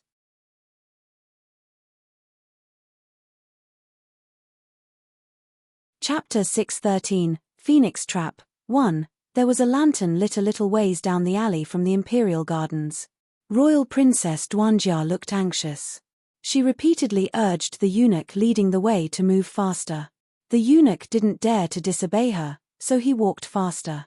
Her maid, Jinxiu, followed with a frown and tried to persuade her, "Princess, it's better if we report this matter to Princess Wei. If you don't want to inform her of this, we could report to the Empress Dowager instead." The inner palace was rife with treachery, similar to the politics going on in the imperial court. However, Empress Dowager doted on Royal Princess Duanjia very much, and Royal Princess Duanjia often visited to accompany her. Despite this, she hadn't grown up in the palace, so she had never been exposed to the underhanded tactics that went on around here. Prince Wei and Princess Wei were as loving as the day they had married, and he had never taken any concubines.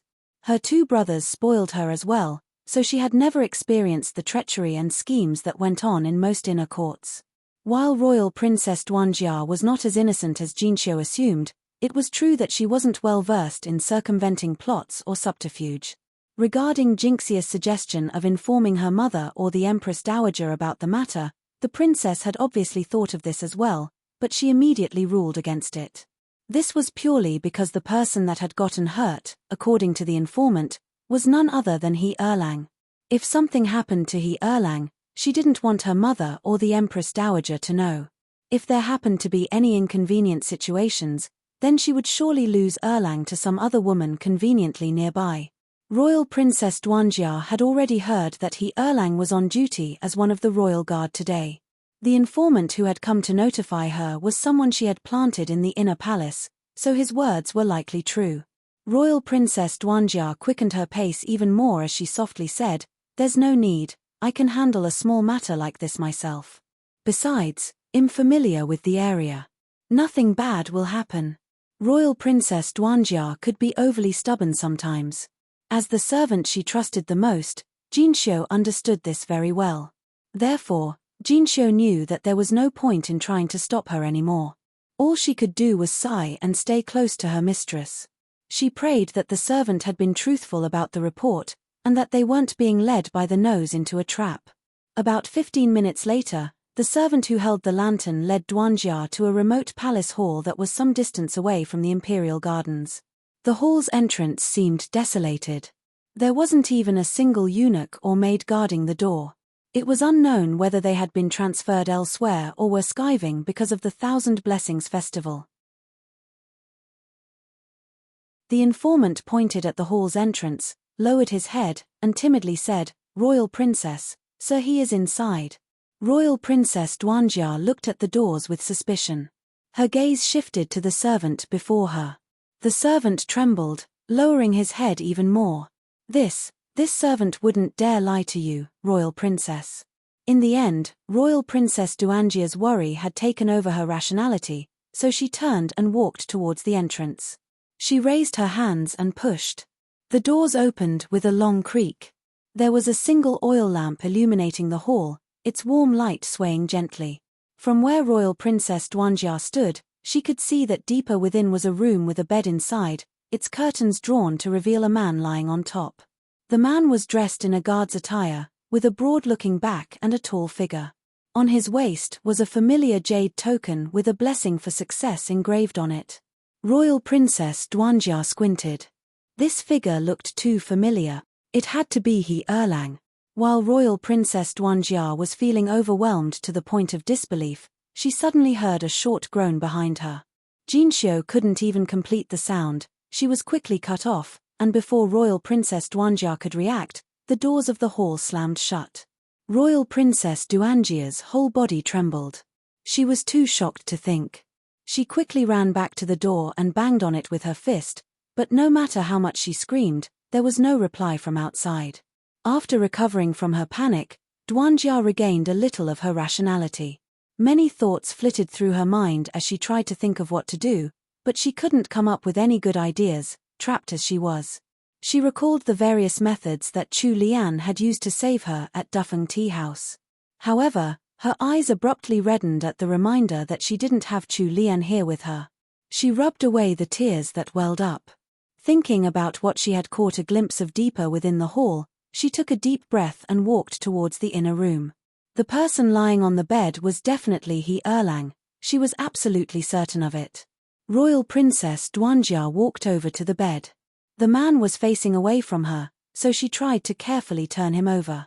There was no reaction. Duanjia tried again. In the end, she was forced to use all her strength to turn the man over. Borrowing the dim light from the single lamp in the room, Royal Princess Duanjia managed to confirm that this was indeed House Jinggan's second young master, He Chongjue, after a closer examination. He Chongjue was currently unconscious. There were droplets of sweat on his forehead, and his lips were red. His incredibly manly, rugged face was also a little flushed. Even though they both liked each other and had seen each other in private a few times, they hadn't progressed very far. They only maintained a very cordial relationship on the surface and had never taken the next step. They never did anything that was out of the ordinary between friends. A situation like this where they were in a room together with no one else had never happened before, and to add on to that, He Erlang was unconscious. Royal Princess Duanjia tapped He Chongjue on the cheek, but the sleeping He Erlang didn't show any signs of waking up. Royal Princess Duanjia frowned. She got up and glanced at the table. All of a sudden, an idea popped up in her head. She poured cold water into a teacup, carried it to the bed, and tossed the contents onto He Changju's face. The bone-piercing chill of the water finally got a reaction out of He Erlang. He slowly opened his eyes, but they took some time to focus due to the headache he had. His vision was a complete blur. He swung his head from side to side, then pressed on several acupoints on his body. He rubbed his temples one more time. A few moments later, He Chongjue was finally able to see what was in front of him. Once his vision cleared up, he immediately caught sight of Royal Princess Duanjia who sat beside him. He Erlang gaped. He stuttered a little as he asked, Princess.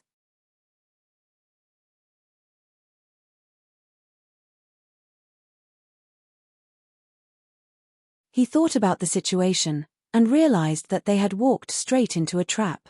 Royal Princess Duanjia sat up straight, while He Erlang stayed right beside her.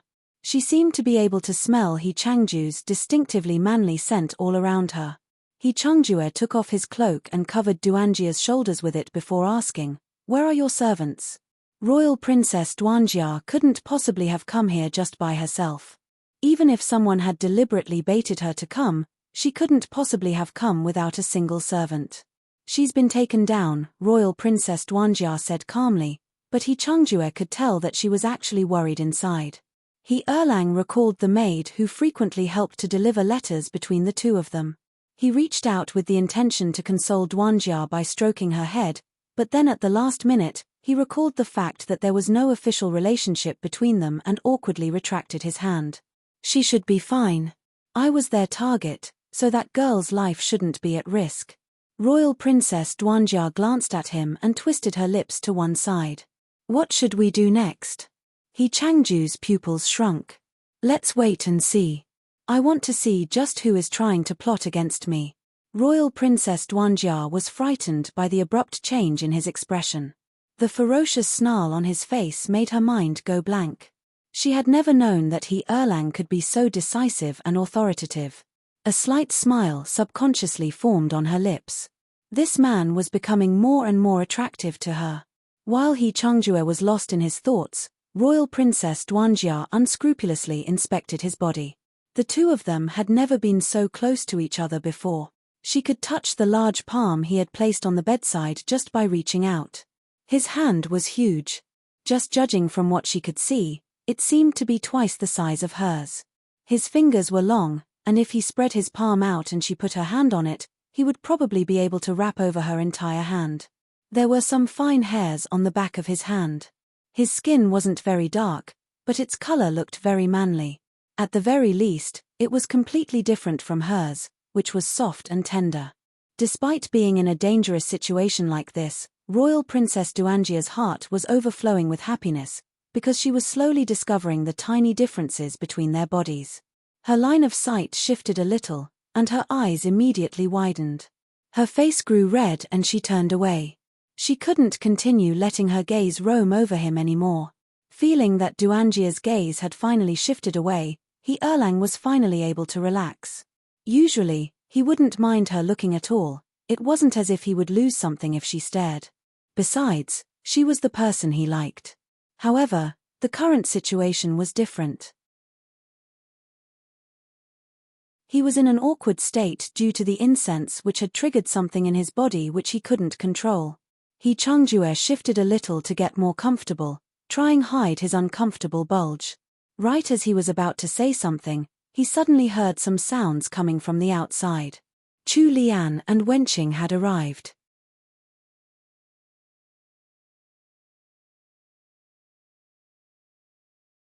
Chapter 615, Phoenix Trap, 3. Chu Lian frowned as she looked at her surroundings. Darkness had enveloped the shining palace. This place was so cold and deserted that there wasn't a single maid or eunuch watching the door. She softly asked Wenqing, who was beside her, "Are you sure this is the place?" Wenqing nodded in confirmation. "Third young madam, this is the place. I saw the princess walk in this direction with my own eyes." The senses of martial arts practitioners were sharper than most people. Even Wenqing's eyesight was better than Chu Lian's. In this dark night lacking of any light, Wenqing was able to see things more clearly than Chu Lian. Chu Lian's gaze shifted to the shut doors in front of her. Did the princess go in there? Wenqing shook her head. "I did see the princess walking in this direction, but I don't know whether she entered the hall or not. There was only a single alley going in this direction from the Imperial Gardens, so it had to be somewhere here." Chu Lian's brows creased together tightly. She was in the middle of deciding whether to take a look inside, when Wenqing made a suggestion. "Third young madam, it's better if we wait. This is the Imperial Palace. Princess Wei will send people here soon." Chu Lian nodded. She couldn't confirm whether Royal Princess Duanjia had been set up and whether she was in danger. What if it turned out to be a multi-layered trap? She couldn't just jump right into it and get caught herself. The inner palace had never been a place with rules or morals. Furthermore, She didn't know what would happen if she went in and what dangers she might face, so it was better to take the safer option. He Erlang and Royal Princess Duanjia had been carefully observing the outside. When they realized that the person who had come was Chu Lian, Duanjia's eyes brightened. She was about to open the windows and call out to her, but before she had the chance to, He Chongjua covered her mouth. "Be quiet, there's someone else coming." Sure enough, the moment He Erlang whispered this to her, two men had walked out from the darkness. The man who stood in front was very young. He wore a black brocade robe, and he had a tall and slender physique. It wasn't until he stepped into a lit area that Duanjia was able to identify him. He Erlang fixed his gaze upon the beautiful man beyond the doors and made sure not to miss a single movement or expression on his face. Xiao Bojian leisurely walked out from the darkness, with one following behind like a shadow. Chu Lian looked up and noticed the man. When she realized who it was, she had the urge to curse at the heavens. This damned Xiao Bojian was way too clingy. He truly lived up to his role as the male lead in the original novel. Was he forcibly increasing his screen time? Xiao Bojian's black robe was low profile but luxurious. One just had to look at the patterns on it to tell that it had been made of an exceptional quality fabric. It was unfortunate that such a great cut of cloth had been wasted on him. A robe like this would definitely look a lot better on He Changdi instead. Chu Lian quickly cleared away these random thoughts in her head. She raised her chin a little, facing the man coming towards her with a frown. Wenqing hadn't expected Xiao Bojian to appear at a time like this. She quickly took a step forward to protect Chu Lian, and took up a ready position to prepare herself. If Xiao Bojian made any moves, she would immediately attack him. Unfortunately, Xiao Bojian completely ignored Wenqing's protective movements. A faint smile appeared on his lips and his peach blossom-shaped eyes stared at Chu Lian with ample tenderness and a fragment of resentment. In the next second, Chu Lian heard Xiao Bojian speak, but even before he spoke a word, she already had goosebumps all over. "Liana, you're finally willing to see me." As he said that, he looked even more lovingly at Chu Lian. Chu Lian. What the hell? Had this fellow gone mad since their last meeting? When had she ever been willing to see him, or even tried to see him? She had clearly been lured to this place. If Royal Princess Duanjia hadn't left suddenly, she wouldn't have been worried about Royal Princess Duanjia's safety, and she wouldn't have come to this remote part of the palace so hastily. Was there a hole in Xiao Bojian's head? Had he been born without a cranium? Chu Lian asked with guarded eyes, "Why are you here?" Xiao Bojian smiled. His gaze became increasingly gentle. However, when such a meek expression appeared on his face, it made people feel uneasy instead. Xiao Bojian seemed like someone who always had a gloomy expression, so this sudden change only made others more wary. "I'm waiting for you." He spoke these words with a gentle smile, like a kidnapper using some chocolate to entice a greedy child. Chu Lian had a look of disgust. Did he think that he could trick her like she was a 3-year-old? "Just what do you want? What happened to the princess? Why have you led me here?" Chu Lian didn't want to beat around the bush with him. If she had the choice, she wouldn't want to spend even a second more around a person like Xiao Bojian. Perhaps noticing the disgust and hatred in Chu Lian's eyes, the gentle smile on Xiao Bojian's face instantly froze up, then cracked and completely fell apart. In the next instant, it was as if he had changed faces. His face became gloomy as hell, and that perfect face now seemed to contain malevolence. His glare locked onto Chu Lian. It seemed as if he wanted to see right Chu Lian and find out what she truly thought. "Liana, do you truly not like me anymore?" As he said this, pain and regret showed on Xiao Bojian's face.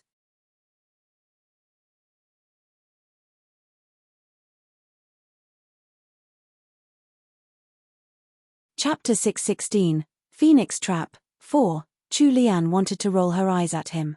She felt really wronged.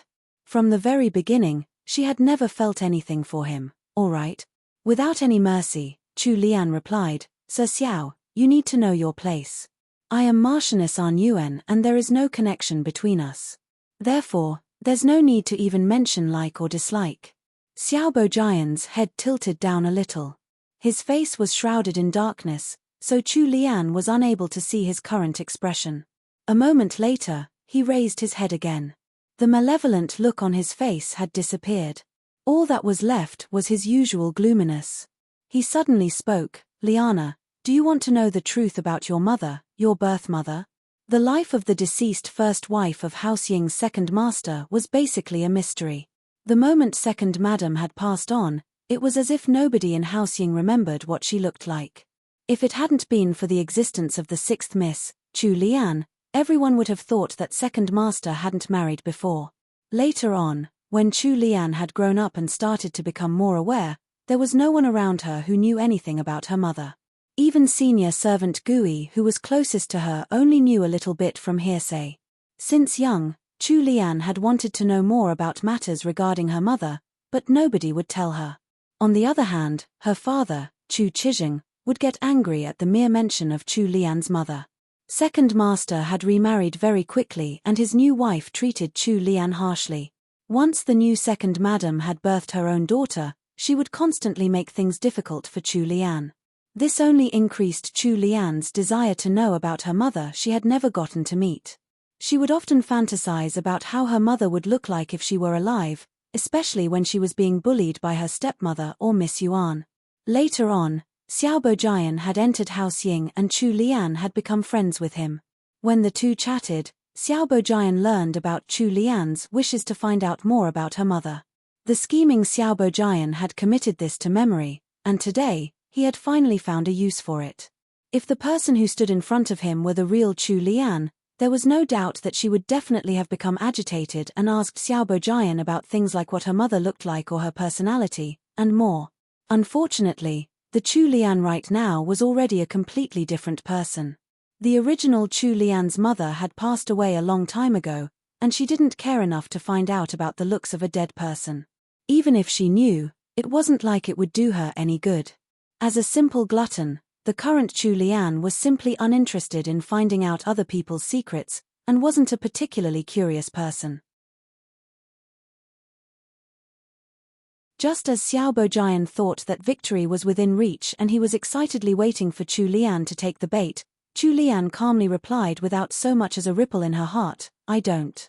In her mind, Chu Lian thought that this was none of her business at all. She'd rather go home earlier and hug He Sanlang to sleep. It was as if a bucket of icy water had been dumped over Xiao Bojian's head, dousing his excitement. His gloomy and slightly feminine face was filled with disbelief. He couldn't help but ask, "What did you say?" Chu Lian pouted, "My mother died so many years ago, I don't even remember what she looks like, and am not interested in that anymore. Now, tell me where Royal Princess Duanjia is." A contorted expression suddenly appeared on Xiao Bojian's face again. It was unknown whether he had become angry from her words, or if he was enraged by the fact that things hadn't progressed the way he expected. He spoke to Chu Lian with an angry tone, "Chu Lian, this clearly wasn't what you said back then." Chu Lian's eyes shifted away a little. She wanted to stall for time. Everyone changes. Even if I wanted to know about it in the past, I am no longer interested now. You. Xiao Bojian was seething with rage. Chu Lian shot a signal at Wenqing with her eyes. "Liana, you've changed." Chu Lian's mouth twitched. Xiao Bojian was too slow. It wasn't just her personality that had changed, she was practically a different person, all right? You don't have to try signaling your servant. With her level of martial arts, she isn't even a match for my guard. Saying that, Xiao Bojian glanced back at the shadow-like one. Two words came out of his mouth, "Take her." One moved like a sudden wind. Although Wenqing's martial arts weren't bad, there was still an insurmountable difference between her and one who was specially trained as an assassin. With only a few moves, one had knocked Wenqing unconscious. However, when one was about to grab hold of Chu Lian, he was blocked by a figure who suddenly leapt out of the darkness. One looked at the man who wielded a sword in front of him, and stared at the man with disbelief. He Changdi had suddenly appeared with his handsome but grim face and frosty eyes. His chilly gaze fell upon Xiao Bojian, and he spoke with his deep, tantalizing voice, "Xiao Wujing, just where are you trying to take my wife to?" Xiao Bojian gave He Changdi a death stare. He nearly fainted from the force of his fury. His hands, which were at his sides, turned into fists, and he clenched them so much force that the joints turned white.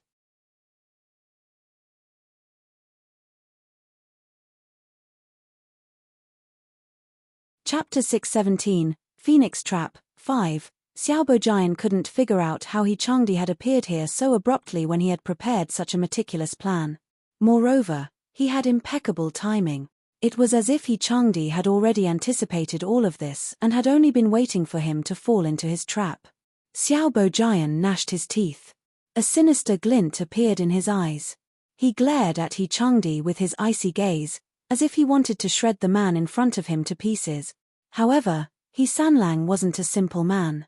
He was completely indifferent to the murderous intentions within Xiaobo Jian's gaze. The two of them waged a silent war with their eyes, nearly causing sparks to fly through the sheer force of their glares. Soon, footsteps could be heard approaching from the distance. Chu Lian felt inwardly relieved. It seemed like the people that Princess Wei sent had arrived. Xiaobo Jian had an extremely terrible expression on his face. One slowly retreated to Xiaobo Jian's side and whispered something into his ears. After that, he shielded Xiaobo Jian by keeping him behind himself. Xiaobo Jian realized that his plan for today had been completely ruined. He had already lost the best opportunity to strike. He turned away from the irritating Changdi and met with Chu Lian's solemn face instead. Before he left, he said, "Liana, I'm still true to my words. If you come and find me, I'll tell you the truth." Leaving behind that parting message, Xiaobo Jian left without any hesitation under the protection of one. They swiftly disappeared around the corner of the remote palace hall. Changdi didn't chase after them. Although he was highly skilled in martial arts, if they really fought, he would barely be able to hold his own against one. As a specially trained assassin, one definitely had some hidden skills up his sleeves. If they really engaged in battle right now, he would probably be at a disadvantage. Furthermore, he still needed to protect Chu Lian, so he couldn't risk their own safety. Xiaobo Jian seemed to have also predicted Changdi's thoughts, so he immediately left under one's protection without any intention to fight. The sound of footsteps seems to be getting closer. She could also hear the sound of voices accompanying them from time to time. Chu Lian glanced at Changdi, who was still standing beside her. Worried, she said, "Hurry and leave. If someone finds you in the rear court, you'll be punished." Men were prohibited from entering the inner palace without permission. Even princes had to move out of the palace and into their own estates when they came of age, let alone outsiders. Changdi wasn't one of the imperial guards who were allowed to enter and leave the inner palace freely. However, instead of leaving, Sanlang pulled his wife closer, then suddenly embraced her with his arms. Chu Lian could feel the gentle kiss he planted on her hair, near her ear. Even Chu Lian didn't know how anxious and tense Changdi had been when he had been hiding in the shadows earlier. He was afraid that his beloved wife would personally agree to leave with Xiaobo Jian. He didn't know when he started having these feelings, but Chu Lian had already occupied the most important place in his heart. If she ever left, his entire heart would be completely emptied. Chu Lian didn't know that so many thoughts had already gone through the mind of the sensitive and thoughtful Changdi. She exerted some strength and pushed at Changdi's sturdy chest with her two little hands while saying, "Changdi, let go of me. The palace servants are almost here. I'm not letting go." Sanlang actually started to throw one of his fits now, of all times. Chu Lian was on the verge of dying of frustration thanks to him. She whispered angrily, "What do you want?" Damn it, she hadn't gained a husband at all. He was obviously an idiotic, overaged son. "I'll let go if you promise me something," Changdi requested cunningly. Chu Lian was about to go crazy as she stared at the intersection. She didn't have the time to care about his request, so she hastily agreed and said, "All right, I'll agree to anything you want. I'm begging you, please hurry up and leave." As the group turned the last corner, Changdi swiftly disappeared into the shadows at the last second, giving Chu Lian a heart attack. Chu Lian cursed him in her mind. If she had a weak heart, she would have already gone crazy from the fright.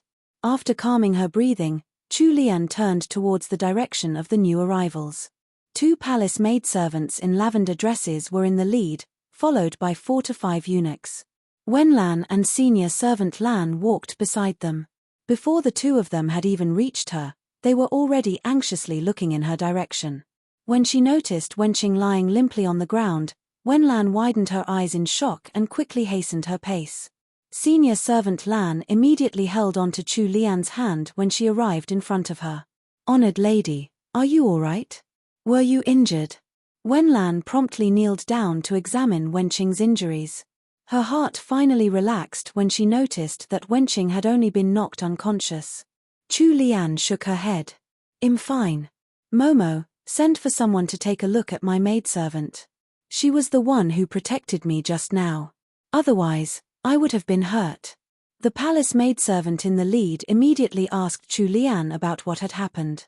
After hearing senior servant Lan's explanation, Chu found out that palace maidservants who wore lavender dresses were special imperial guards inside the palace. They were trained to protect the consorts and imperial children in the rear court. Their martial arts skills were not inferior to that of the imperial guards who received elite training.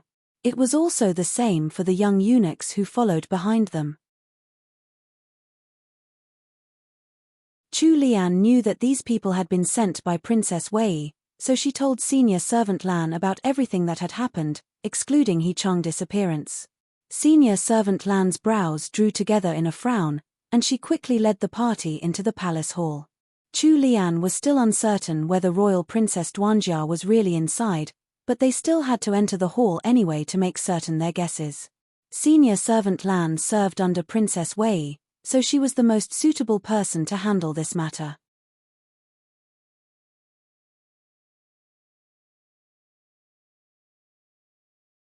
Chapter 618, Phoenix Trap, 6. Shortly afterwards, senior servant Lan found Royal Princess Duanjia unconscious within the room. They also found Jinxiu, who had been moved into a dark corner after being knocked unconscious. Senior servant Lan had also brought along a maidservant who was knowledgeable in medicine. After examining Royal Princess Duanjia, she concluded that the princess had only fainted and that there weren't any other problems with her. Senior servant Lan was finally relieved after hearing her confirmation. By this time, Royal Princess Duanjia and Jinxiu had both regained consciousness. Senior servant Lan couldn't help berating Jinxiu, who had her head lowered as she stood in front of her. "As a maidservant, what were you doing letting the royal princess run around like that?" Royal Princess Duanjia hastily stopped senior servant Lan. "Momo, it was my fault, so don't blame Jinxiu anymore." Senior servant Lan was also familiar with Royal Princess Duanjia's personality, so she could only sigh several times and say, "It was fortunate that honored lady saw you leaving and swiftly notified Princess Wei.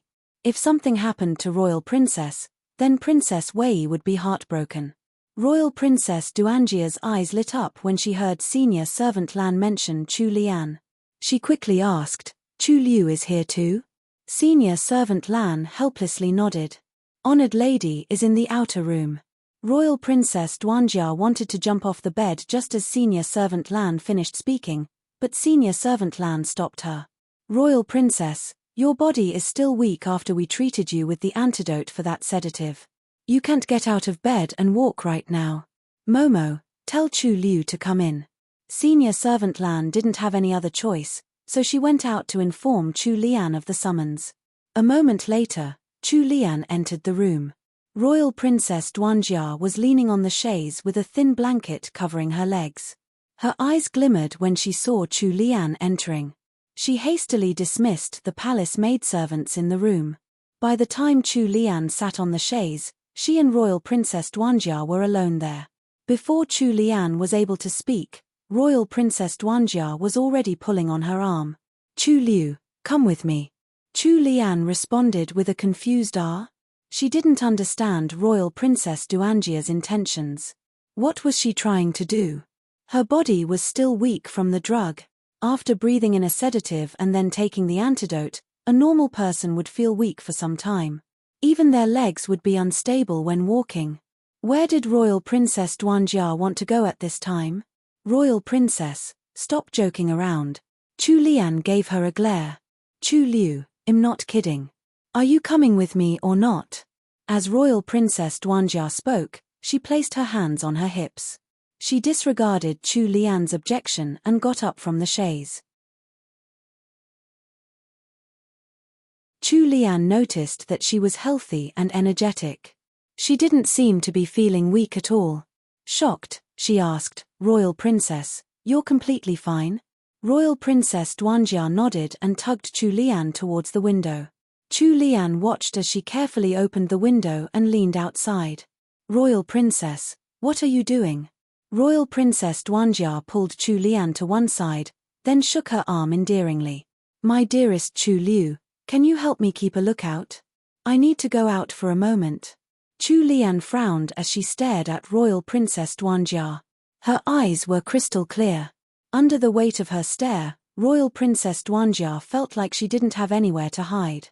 Thus, her face instantly burned up. All right, Chu Liu, I won't keep it from you. I want to go check on He Changjiu. I'll come back really quickly, so help me keep a lookout." Chu Lian was immediately dumbfounded after hearing her words. What? Royal Princess Duanjia was going to look for He Erlang? When had their relationship become so intimate? The gears in Chu Lian's mind swiftly turned. She said, "Royal Princess, were you lured to this palace hall because of second brother?" Royal Princess Duanjia's face reddened as she nodded, not denying it. With Royal Princess Duanjia's confirmation, Chu Lian understood that something had probably happened to He Erlang. She immediately became anxious. Is second brother all right? Royal Princess Duanjia felt somewhat awkward when she thought about He Changjiu. She hastily shook her head. "Chu Liu, don't worry. He's fine. Just now, Momo came over too quickly. I still have something to say to him, but I didn't have the time to tell him just now." Chu Lian knew about Royal Princess Duanjia's feelings towards He Changjiu, but she hadn't expected their relationship to have reached this stage so suddenly. If this was set during modern times, then it wouldn't really be considered a major issue. At most, they would just date as a couple, which was still a rather pure relationship. However, it was entirely different in the Great Wu dynasty. It was still a period of time when unrelated men and women had to avoid having close relationships. Thus, the relationship between the two of them could already be considered rather scandalous. A royal princess and an imperial guard. The two would rarely have the chance to meet. Chu Lian didn't have the heart to stop them from speaking to each other right now. Under Royal Princess Duanjia's pleading, she could only nod in agreement and promise to help deal with senior servant Lan, who was waiting outside. When Royal Princess Duanjia jumped out of the window, Chu Lian again reminded her to act quickly. Royal Princess Duanjia replied with her guarantee. Once out of the room, Royal Princess Duanjia cautiously approached a small room in the adjoining palace hall. Earlier, she and He Erlang had agreed that she would pretend to be unconscious, while he would hide in a small room nearby. Royal Princess Dunaja was in the middle of slowing down her pace as she got closer when she suddenly heard a man's muffled moan. She froze and took a moment to distinguish the voice, only to realize that it belonged to He Changjiu. Her cheeks instantly flushed. In her heart, she wondered, what is that man doing inside? Royal Princess Duanjia hastened her steps and swiftly entered the room.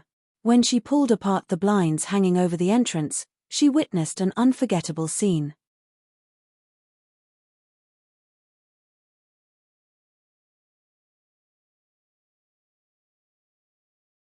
Chapter 619, Phoenix Trap, 7. A tall man was leaning against a small chaise beside the bed. The silvery moonlight shone in through the half-opened window, which just happened to provide a clear view of He Changjiu's current actions. His hand was stuffed deep inside the opening of his guard's attire. The lower part of his robes was moving up and down due to his movement. A thin layer of sweat covered his masculine face. His lips were slightly pursed and he was trying his best to suppress his heavy pants. As if he had heard something, he spun around to look in Royal Princess Duanjia's direction. He Changju's whole body instantly stiffened. In that instant, He Erlang really wanted to find somewhere to bury himself. It was too damned shameful to be seen by the woman he liked while satisfying himself. He wanted to die from embarrassment. He Erlang had a very unsightly expression on his face and he appeared to be extremely regretful. If someone were to give him a brick right now, he would definitely find a way to kill himself with it. Royal Princess Dunaja was also stupefied. She had originally come to find He Chungjue because she had something to say to him. She never expected to witness such a scene. Although she was a single young woman, as someone born in the imperial family, there were certain things that she should naturally know of. She definitely knew what He Erlang had been doing based on his earlier actions. You. Royal Princess Duanjia nervously gulped and was only able to utter a single word. Her face was burning hot. He Erlang shifted his body sideways in an attempt to block Royal Princess Duanjia's line of sight. After that, he silently took out Miss Righty from his pants. If Miss Righty could speak, she would surely be crying pitifully. He had breathed in some special fragrance earlier, so his little brother was still very energetic right now and wasn't showing any signs of deflating. He Erlang. The gears in Royal Princess Duanjia's mind turned swiftly. She knew that He Chungjue usually acted in a very orderly manner and had a lot of self-control. He didn't seem like a particularly lustful person. Thus, there was only one reason behind this awkward situation. She restrained her nervousness the best she could, but for some unknown reason, there was a vague and strange sense of excitement emerging from within the depths of her heart. She boldly stepped forward and asked in a soft voice, "Is this because of that fragrance?" He Chungjue was in an extremely embarrassing state right now, so he didn't notice Royal Princess Duanjia's movement. His ears turned red, the blush extending down to his neck. He let out a light millimeter as confirmation. The embarrassed look on the old bachelor's face unexpectedly made Duanjia's heart ache for him. Royal Princess Duanjia had a sudden burst of sympathy when she stared at He Changju's well-defined features. Before He Chungjue could react, Royal Princess Duanjia had already sat down beside him. He Chungjue had a tall and sturdy figure with long legs. The muscles on his limbs were also very well developed and strong. He was a handsome man with broad shoulders and a slim waist. Royal Princess Duanjia was similar in stature with Chu Lian, petite and delicate. Sitting beside He Chungjue right now, she appeared like a half-grown child. However, that was just what it looked like on the surface. When taking their current expressions into account, there probably wouldn't be anyone who would continue to think that way. Royal Princess Duanjia continued to move closer to the brawny He Chungjue. He Chungjue was like a frightened bunny who was being forced to retreat into a corner and trying his best to huddle into a corner. The expression on He Erlang's face was rather amusing. He was both flabbergasted and embarrassed. He reached out to hold Royal Princess Duanjia still by her slender shoulders, but he quickly withdrew his right hand when he recalled what he had just done with it. He stopped Royal Princess Duanjia from getting closer to him with one hand. However, he didn't dare to exert any force because she was a delicate young woman. He could only tell her helplessly, "Royal Princess, I'm fine. You should hurry back, otherwise Princess Wei will be worried." He Erlang's entire face was flushed red. He was really fine. He just had to use his five-fingered maiden to help him vent a few times. After that, the effects of the fragrance would be gone. However, Royal Princess Duanjia didn't act as he expected. Royal Princess Duanjia lifted a brow, giving her feminine face a rare trace of resolution and determination. "No, I'm not leaving. He Erlang, I want to help you." He Chungjue. Damn, was she really not doing this on purpose? He Erlang was caught in a dilemma, suffering both physically and mentally. He wanted to scare Royal Princess Duanjia away with a stern face, but he had never thought that she would react this way. It wasn't within his expectations at all. While he was still thinking about how to get rid of this extremely persistent woman, his little brother had already been seized. He Chungjue. The veins on his forehead throbbed. Damn it, this woman really wanted to kill him. Chu Lian was becoming increasingly anxious while waiting. 45 minutes had already passed. She anxiously looked towards the window from time to time. Senior servant Lan had already sent someone in to check on them once, but Chu Lian had ordered Wenlan to make an excuse to stall for time. If Royal Princess Duanjia didn't return soon, then even she wouldn't be able to hide it any longer.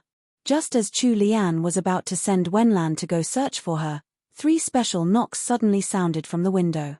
Chu Lian's anxious heart was finally able to settle down. She strode towards the window, opened it, and pulled Royal Princess Duanjia inside. Chu Lian immediately noticed Royal Princess Duanjia's reddened face. "Is it very cold outside? Your face is all red. You should get Jinxiu to bring a cloak over for you later." Royal Princess Duanjia lowered her head and agreed. She slightly coughed to hide her awkwardness. She was too ashamed to directly tell Chu Lian the actual reason for her blushing.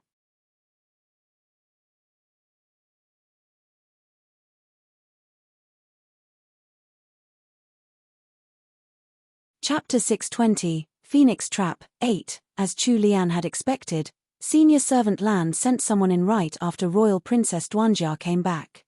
"Royal Princess, honored lady, let's go. If we leave the banquet for too long, the Empress and Empress Dowager will start asking after you." Chu Lian and Royal Princess Duanjia returned to the banquet together. When Chu Lian finally sat back down in her seat, she could sense a hostile, icy gaze on herself. She lifted her head and was met with an infuriated glare. Chu Lian was slightly stunned. She knew exactly who the owner of those eyes was.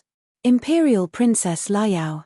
She hadn't visited the palace in a very long time, so she had almost completely forgotten about this princess. Imperial Princess Liao was Imperial concubine Wei's only child and was originally the Emperor's youngest, most favored daughter. However, the Emperor had grounded Liao ever since the last time Chu Lian had visited the palace. It was later rumored that she had also been lectured by eldest Princess Royal.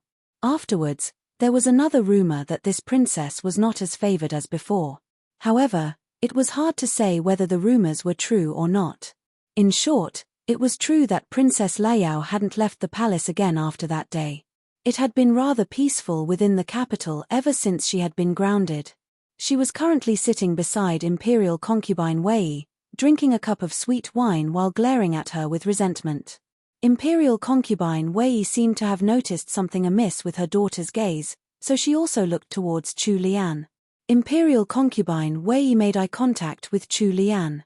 She suddenly gave Chu Lian a weird smile, leaving her baffled. What was going on today? First, it was Xiaobo Jian and Royal Princess Duanjia. Now, even Imperial concubine Wei was joining in on the fun. They didn't all have to show her that kind of secretive expression. She had enough to eat, warm clothes to wear, and he Sanlang to warm her bed. Therefore, she really wasn't interested in their secrets. Chu Lian felt that everyone she had met today was abnormal. They all had a common problem, which was that they were all crazy. Chu Lian replied with a faint smile, which almost caused Imperial concubine Wei to choke on her frustration. If she could, Imperial concubine Wei would have definitely rushed towards the foolish and cheerful Chu Lian to give her a sound slap. She had just given that girl a mocking look, yet Chu Lian had sent back a happy smile in reply. There must be something wrong with her. Imperial Princess Liao was still too young, so she didn't have her mother's ability to endure. She was ablaze with anger, and she wanted to get up to confront Chu Lian. However, she was promptly held down by Imperial concubine Wei. The banquet held at the Imperial Gardens for the noble wives, Imperial relatives, and the relatives of government officials came to an end under this strange atmosphere. The Empress Dowager had originally wanted to extend the banquet, but a palace maidservant had rushed in and whispered something into the Empress and Empress Dowager's ears. The expressions on the faces of the two women with the highest statuses in the kingdom had instantly changed. This scene had naturally fallen into everyone's eyes, but the people present were mostly noble wives with keen senses. Their first reaction was to remain silent. As a result, the Empress and Empress Dowager were no longer in the mood to continue playing host. The Empress Dowager announced the end of the banquet. Court attendants had been arranged to send these noble women out of the rear court. Chu Lian supported her mother-in-law, Countess Jinggan, as they left with old Duchess Zheng and Lady Yang. As they were leaving, Chu Lian caught a glimpse of consort Liang standing nearby with a palace maidservant supporting her. She suddenly fainted after hearing a palace maidservant's report, causing a wave of commotion. Chu Lian felt a thump of unease when she recalled the Empress and Empress Dowager's expressions at the end of the banquet. Had something happened over at the Chengping Emperor's side in Wanmin Hall? Consort Liang was the birth mother of the second prince, who was also the current crown prince. Empress Shun didn't have any children, while the favored imperial concubine Wei only had a daughter, Imperial Princess Liao. There were also the third to sixth princes. The third prince had died when he was young. The fourth prince was Prince Jin, who had moved out of the palace. The fifth prince was naturally weak and cowardly, and his birth mother had died early. The last one was sixth prince, who was only 15 years old. For the Empress and Empress Dowager to be so concerned, it must have something to do with one of the princes. Since Consort Liang had fainted, had something happened to the crown prince? No, not necessarily. Prince Jin had also been raised by Consort Liang. Moreover, it was said that she treated him even better than her own son, the crown prince. So, was it Prince Jin who had encountered a mishap? He Changdi and Prince Jin were close friends. If something happened to Prince Jin, then He Changdi would also be implicated. When she thought of this possibility, Chu Lian's entire body felt ice cold. Her hands, which were holding Countess Jinggan, also instantly lost their warmth. Too many things had happened tonight, so Chu Lian's mind was on high alert and she couldn't help quickening her pace. Soon, Countess Jinggan had also sensed her anxious feelings. Liana! Liana! Countess Jinggan had to call out to Chu Lian a few times before she came back to her senses. Chu Lian turned her head and gave her an apologetic look. Mother, I'm so sorry. I was distracted by some thoughts. Countess Jinggan looked at her helplessly. Silly child. What are you thinking about? As she spoke, Countess Jinggan pulled out her arm and patted Chu Lian's hand to comfort her. The palace is a dangerous place. We'll be all right as long as we abide by the rules, so you don't have to think too much. Look, your father and Sanlang have come to pick us up. When Chu Lian looked up, she saw their men standing together at the bottom of the white marble stairs nearby. Her father-in-law was tall and burly, while He Changdi had the same tall stature with a cool temperament. He Changdi's bottomless gaze seemed to be filled with bright stars when she looked at him, giving her a deep sense of reassurance.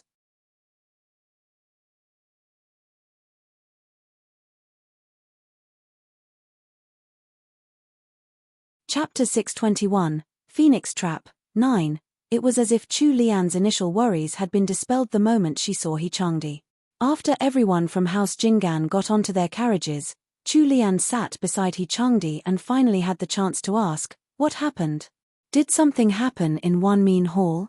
He Changdi still had a stern expression on his handsome face, but a rare sense of tenderness emerged within his gaze when he looked at his wife. He reached out one slender finger to help Chu Lian tuck a few stray strands of hair behind her ear. After that, he gently caressed Chu Lian's soft earlobe, lingering for a moment. The area around Chu Lian's ears was really sensitive, so she slightly hunkered down into her shoulders. She realized that she couldn't avoid He Changdi's annoying hand, so she could only let him continue. Her delicate earlobe quickly turned red due to the rubbing. Her cheeks also instantly flushed red. The crown prince is in trouble, He Changdi said, quiet and calm like he was discussing something as simple and ordinary as the day's weather. Chu Lian's eyes widened after hearing his words, filling with shock. What?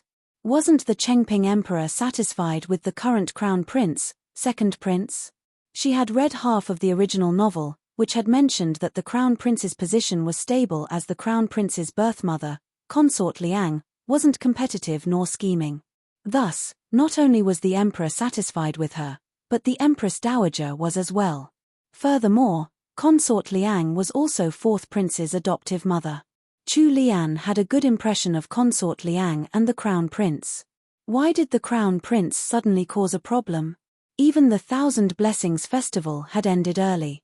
Thus, it was evident that this was a major incident. Fourth prince had a close relationship with the crown prince. Would fourth prince get implicated in this matter? He Changdi seemed to have noticed the worry in his wife's gaze. He reached out and lightly pinched Chu Lian's pert nose. His voice was still very composed when he spoke. Don't worry. Fourth prince won't be affected by this. Chu Lian let out a faint sigh of relief. As long as Prince Jin wasn't involved in this, then he Changdi wouldn't get entangled by this matter, either. If that was the case, she could rest easy. She wasn't very familiar with Consort Liang or the Crown Prince, so this matter was none of her business. The young couple sat inside the carriage. After listening to He Changdi's detailed recount of the incident, Chu Lian finally found out what had happened at Wanmin Hall to cause the emperor to fly into a rage. During the Thousand Blessings Festival, all the government officials in attendance were required to present a gift, and the princes were no exception. After the death of the eldest prince, the second prince had been appointed the title of Crown Prince for several years. Second prince had average skills and abilities, so the court officials had thought that second prince wouldn't be able to maintain his position as the crown prince. However, the idiotic second prince had miraculously been able to secure his status as the crown prince for the past 6 years because of his relations with Consort Liang and fourth prince. It actually wasn't all that surprising. Consort Liang could influence the emperor with her posturing within the palace, while the fourth prince, Prince Jin, acted as a scapegoat for the crown prince in court. Moreover, with the support of a group of court officials backing him, it was no wonder that he had been able to keep his position as the crown prince. However, Consort Liang hadn't been present at the male side of the banquet today. Fourth prince had also decided to stay out of today's incident. Thus, it wasn't surprising that the crown prince had to take responsibility after causing trouble today at the banquet. The trouble had started when the crown prince had presented the emperor with a phoenix. It was supposedly a mystic bird found in Lingnan, and a lot of money had been spent to transport it back. The bird's plumage was as beautiful as fire, and its tail resembled the magnificent spread of a peacock's. It had a golden crown and a mauve-colored beak. There was an orange line traced around its eyes. It looked undeniably noble and gorgeous. Everyone had been stunned as they stared at this mystic bird that had been brought into Wanmin Hall. They all admired the beauty of the mystic bird. The Chengping emperor had also been elated over the present. Although the crown prince had wasted a lot of money and manpower to bring this mystic bird back to the capital, finding this phoenix was an auspicious sign for the Great Wu dynasty. It was even more of a good omen since it had been presented during the Thousand Blessings Festival. People were especially superstitious during the ancient times, so they truly believed in the auspiciousness of this mystic bird. Even the emperor was no exception. It was supposed to be a happy occasion for the emperor and his ministers to witness this propitious mystic bird, but no one would have expected for an accident to occur right in front of everyone's eyes. A palace maidservant in charge of serving drinks accidentally knocked over the teapot she was carrying on her tray. It landed right on the mystic bird, and the floor was instantly covered in a pool of washed-off dye. The Chengping emperor's expression immediately turned grim when he saw it. He ordered someone to examine the bird and found out that it wasn't any sort of mystic bird. It was just a peacock whose feathers had been plucked and dyed. The crown prince had committed the grave crime of deceiving the emperor during the Thousand Blessings Festival. The emperor was infuriated, so he ordered for the crown prince to be taken away and locked up. As second prince was being taken away, he still had a face full of disbelief. In a moment of desperation, he had even called for the fourth prince, Prince Jin, who was sitting near the emperor. However, there wasn't even a single trace of emotion within Prince Jin's blue eyes this time. The crown prince had caused a scandal during the banquet, so there was no way for it to continue. The emperor had been so enraged that he left the banquet in anger. The Thousand Blessings banquet within Wanmin Hall had ended on a sour note. Chu Lian had only witnessed whatever happened after that, which was that someone came over to the Imperial Gardens to report about the incident. Chu Lian's eyes widened in disbelief. Wasn't the crown prince too reckless? He had actually dared to disguise a peacock from Lingnan as a phoenix. Wasn't that absurd? He Changdi lowered his head to look at his wife and slightly shook his head. Although the crown prince's actions are absurd at times, this isn't something that he would do. Chu Lian instantly understood He Sanlang's meaning. You're saying that someone else was behind this? He Changdi hugged Chu Lian. His gaze deepened as he stared into the distance. After a long moment, he nodded. He suddenly asked Chu Lian, "Can you guess who it was?"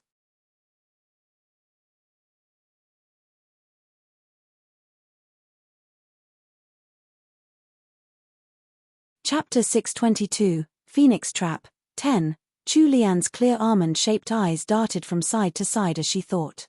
Although she usually didn't pay much attention to government affairs, she knew about the general situation within the imperial court. Moreover, she did read the original novel. After pondering for a moment, her eyes twinkled.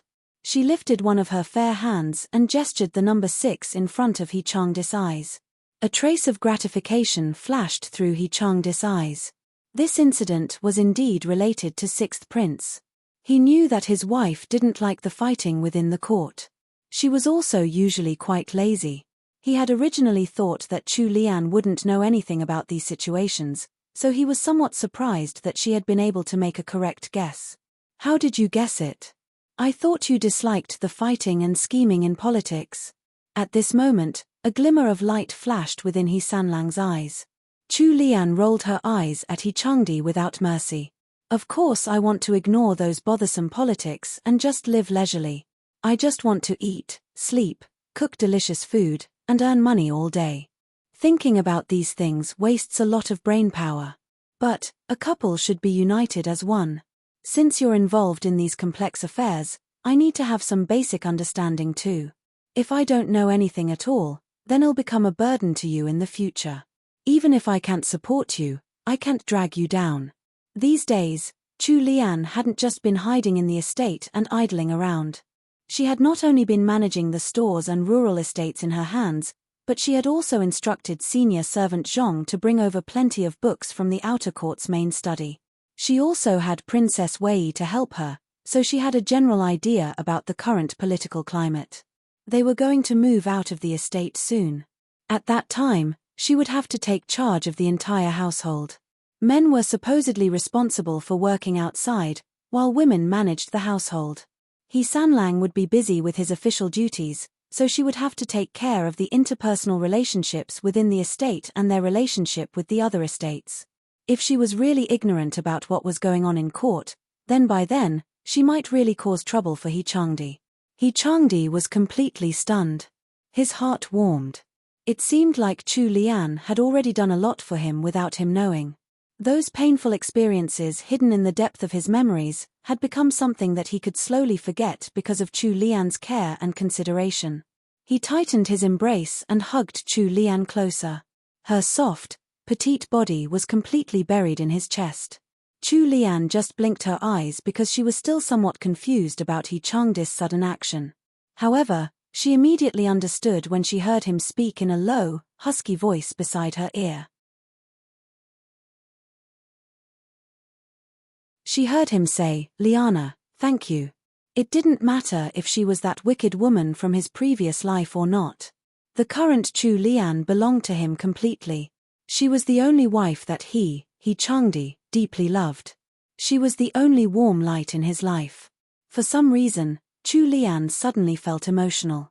Her arms went under his cloak and wrapped around his thin waist. She buried herself deeper into his chest, then in a muffled voice, she said, "Fool." He was really a fool. She had done those things to fulfill her obligation as his wife. He Changdi being so moved made her feel embarrassed. It also made her want to work even harder to treat him well. While the atmosphere within the carriage returning to the Jingan estate was full of warmth, the atmosphere inside the imperial palace was brooding and stagnant.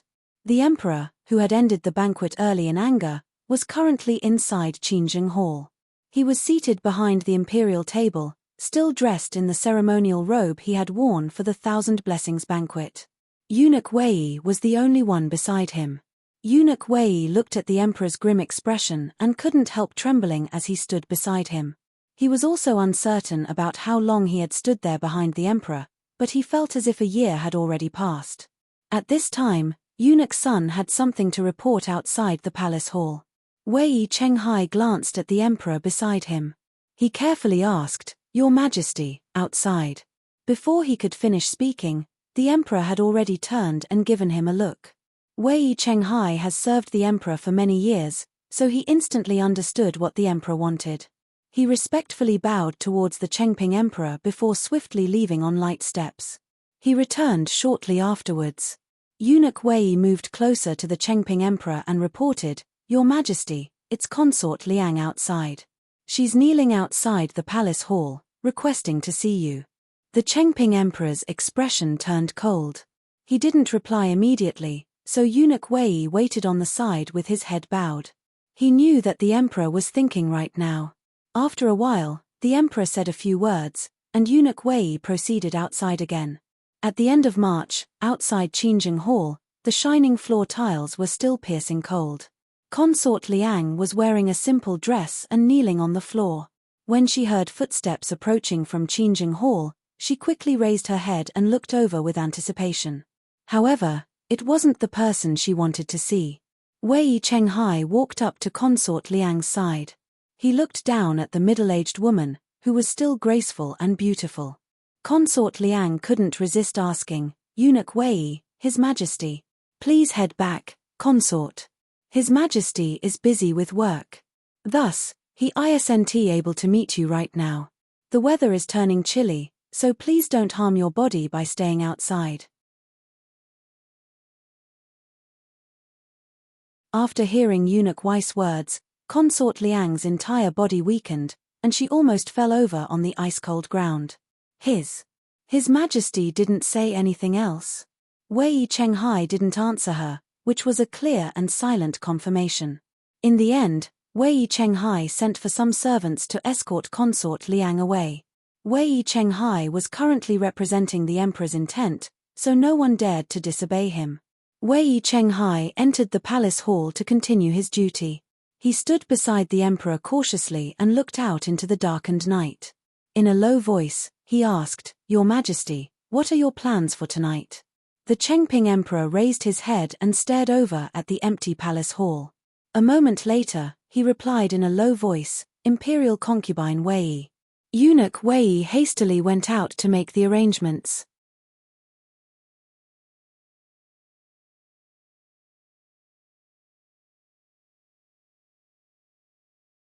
Chapter 623. Chapter 622, Phoenix Trap, 11. Consort Liang was sent back to Chengxiang Hall. She hadn't slept yet when she was informed about the emperor going over to Imperial concubine Wei's hall. Consort Liang had always appeared virtuous and easygoing, but her expression now instantly turned spiteful. She summoned her trusted handmaid in a low voice. Consort Liang's voice took on an especially somber tone. "How did fourth prince act today?" Her handmaid didn't hide anything. Replying to Consort Liang, at that time, fourth prince didn't have any reaction at all. "He just watched as my son was dragged away." Her handmaid didn't reply, which was a silent confirmation to her question. Consort Liang suddenly knocked over everything on the table beside her.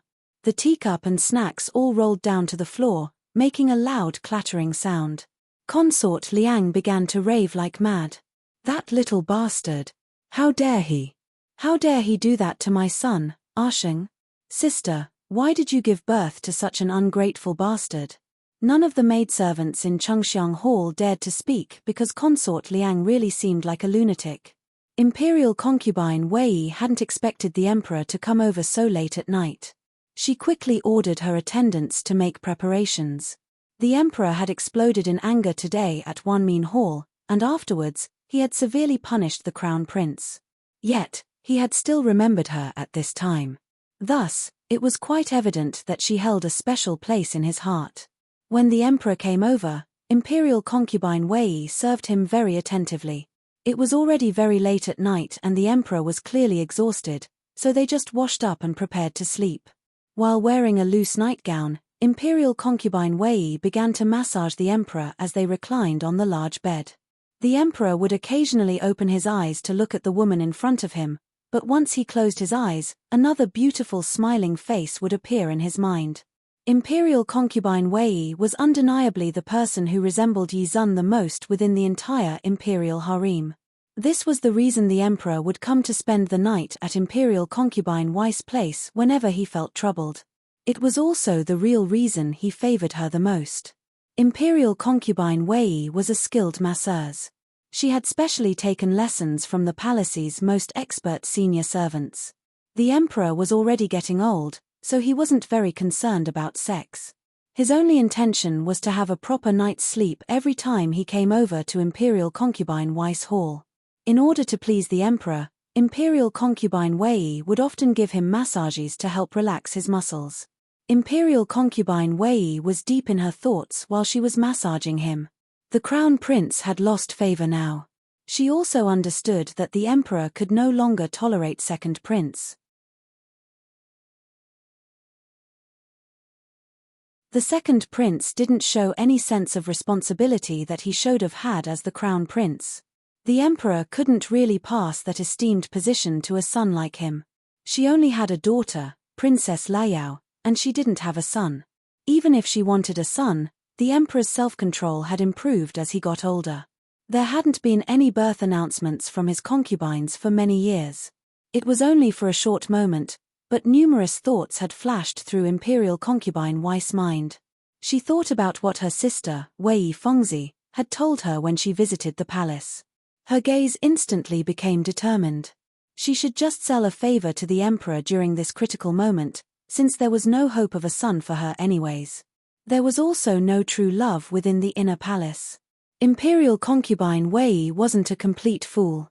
After all these years, of course she had realized that she was only a substitute for someone else that the emperor wanted in the past. The emperor was lying in bed wearing his imperial yellow robe as Imperial concubine Wei massaged him. Her soft voice suddenly sounded beside his ear. "Your Majesty, do you remember older sister Yi?" As soon as Imperial concubine Wei asked that question, the emperor abruptly sat up and looked at her with a dangerous look in his eyes. Imperial concubine Wei's pale neck was instantly grasped by the emperor's large hand. The emperor was well trained in both brains and brawn. Imperial concubine Wei's neck was already bruised with just one move. "What did you just say?" Imperial concubine Wei stared into the emperor's eyes. She knew without a doubt that if the emperor was dissatisfied with her next words, then she would be carried out as a corpse. A thin layer of cold sweat emerged on Imperial concubine Wei's back. Her eyelashes quivered when she blinked. She took a moment to steady her emotions before answering in a shaky voice, Your Majesty, although Sister Yi has already passed away, she left a child for you." The emperor suddenly narrowed his eyes. "What? Arzun was pregnant with his child that year. They actually had a child. His Arzun had left a child for him. Tell me. If you dare to hide anything, you should know the result." Imperial concubine Wei's entire body trembled. She didn't dare to hide anything as she said, "Older sister, yes, child is. Honored Lady Jeannie. Chu Lian. House Ying's sixth miss. He Yanwen's third daughter-in-law. That child who had cooked for him that day at Prince Wei's estate." The emperor was stunned to the core. Chu Lian's face immediately emerged in his mind. Even though the emperor had only seen Chu Lian a couple times, he could actually remember Chu Lian's face very clearly at this moment.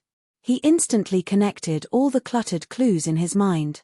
The emperor recalled the first time he had seen Chu Lian. At that time, he had felt that her face looked familiar. They didn't meet again for nearly half a year.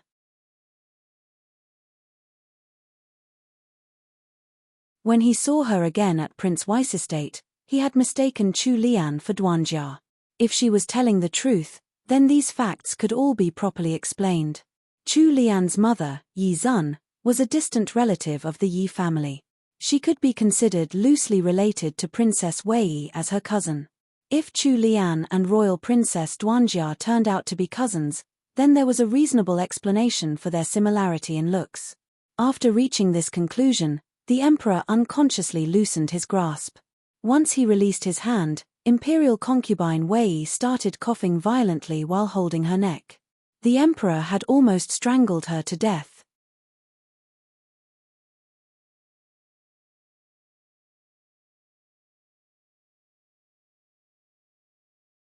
Chapter 624, Phoenix Trap, 12. After learning this huge secret, the emperor was no longer in the mood to spend the night at Imperial concubine Wei's place. Eunuch Wei hastily came in after hearing his loud call. Then, with trembling hands, Eunuch Wei helped the emperor put on his clothes and they returned to Qingjing Hall. He Lin was summoned to Qingjing Hall in the middle of the night. Go investigate for us. We want to know everything regarding House Ying's original second madam and sixth miss. He Lin swiftly left Qingjing Hall in fear after receiving his secret order. He was scared that the emperor would kick him out if he didn't move faster. Eunuch Wei, who was waiting on the side, had also already guessed the truth. He was currently deep in his thoughts and very shocked. Honored Lady Genie was actually the emperor's daughter. Eunuch Wei was in a trance when he suddenly heard the emperor ask, Xiao Hazy, what do you think of Genie? Wei Chenghai was so scared that he promptly focused all of his attention. At this time, he wouldn't dare say anything bad about Chu Lian. Honored Lady Genie is intelligent, dignified, and quick-witted. She's also a very talented cook. This servant has never seen a noble lady as special as Honored Lady Genie. Eunuch Wei's reply had obviously pleased the emperor. The emperor rubbed his clean-shaven jaw and recalled the first time he met Chu Lian. That little girl hadn't seemed flustered at all even when she was in front of him. She was neither humble nor arrogant. She had been able to think of an unexpected plan to save Duanjia during a dangerous situation. She had also opened a restaurant that was famed throughout the entire capital. There were also the snowboats and her business ideas. How had her little head come up with all those ideas? Why was she so clever and cute? She must have inherited it from him. Arzun was also very smart, but she hadn't had such a creative imagination and practical ability. She must have gotten those from him. The emperor momentarily fell into a realm of fantasy. Yi Zun had passed away for many years, and he had always been living in pain. However, he had never expected that Yi Zun would leave a child for him. This child was the continuation of Yi Zun's life and the proof of their love.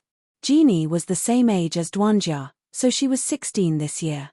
The emperor made some calculations in his mind. If he and Yi Zun had a child, then the child would be precisely 16 years old. Even before receiving the results from He Lin's investigation, he was nearly certain that Chu Lian was indeed his child. When he thought about it now, it seemed that he liked everything about Chu Lian. However, the smile on the emperor's face froze an instant later. Eunuch Wei, who was standing beside him, was extremely frightened as he observed him. Too many things had happened tonight. Even someone like him, who had experienced numerous upheavals and changes, was a little overwhelmed with shock. When he noticed the change in his master's expression, his legs nearly went limp from the fright. Eunuch Wei summoned up his courage and asked, Your Majesty, are you all right? The emperor had just remembered that Chu Lian had already married someone. Moreover, her husband was He Yanwen's son. So, he was immediately pent up with anger. It felt like he had just found a long-lost treasure after much difficulty, but the treasure was already engraved with someone else's name because it had been missing for too long. The emperor sneered. That brat got off easy. Eunuch Wei's face twitched and immediately realized who the emperor was talking about. The person that the emperor was referring to was the current administrator of the Department of Appointments, Marquis An Yuan. Chu Lian and He Changdi returned to Songtao Court together. They didn't know about the major revelations the ruler of their kingdom was currently experiencing in his seat within the palace. They also didn't know that her body had another identity. He Changdi was relieved that Prince Jin had remained calm and decided not to intervene with the trouble caused by the crown prince today. In his previous life, tonight had been the significant turning point in his close friend's life. The situation had changed now, so He Changdi was in a very good mood. When the couple returned to Songtao Court, it was already late at night. It was a hassle to travel back and forth to the palace to attend the banquet. Moreover, an incident had occurred in the middle of the banquet, so they were both sweating right now. It was necessary for them to change and take a bath. Songtao Court was very big, so there was more than one bathroom. The bathroom in He Changdi's study was even more spacious. Chu Lian sat in front of the dressing table, while Xian helped her remove the hairpins in her hair. After that, she took off the outer robe that she was wearing and finally felt more at ease. When she finished, She noticed that Changdi was still sitting beside the table. She curiously asked, "Why are you still here? I thought you were tired. Why haven't you gone to take a bath?" Changdi held a teacup and took a sip of warm water. He didn't immediately answer Chu Lian's question. Chu Lian thought he wanted her to bathe first, so she happily said, "You should go ahead. I already told Xian to prepare the bath over at the bathroom in the study. All the necessities are already prepared over there, so you don't have to worry." Changdi remained silent even after she said that, so Chu Lian couldn't help turning around and looking towards Changdi. When their eyes met, Chu Lian noticed that there was something wrong with Changdi's gaze. She could see it contained both passion and stubbornness alike. However, that kind of look really didn't match with his icy face. Chu Lian's face instantly flushed because of the way he was looking at her. She stuttered, "Why are you looking at me and not going to the bathroom?" Changdi, who was a miser with his words, finally spoke now. His voice had an alluring magnetism. His chuckle seemed to carry a sense of teasing, which made her heart quiver as he said, "What? Did you forget what you promised me earlier? You're tuning in to the Dreamy Chapters YouTube channel. We're so grateful for your support, and don't forget to subscribe to join us on this incredible journey through captivating stories. Your generosity through donations truly makes a world of difference, as it's the primary source of revenue that allows me to expand and enhance this channel for you. Thank you from the bottom of my heart for being a part of this adventure."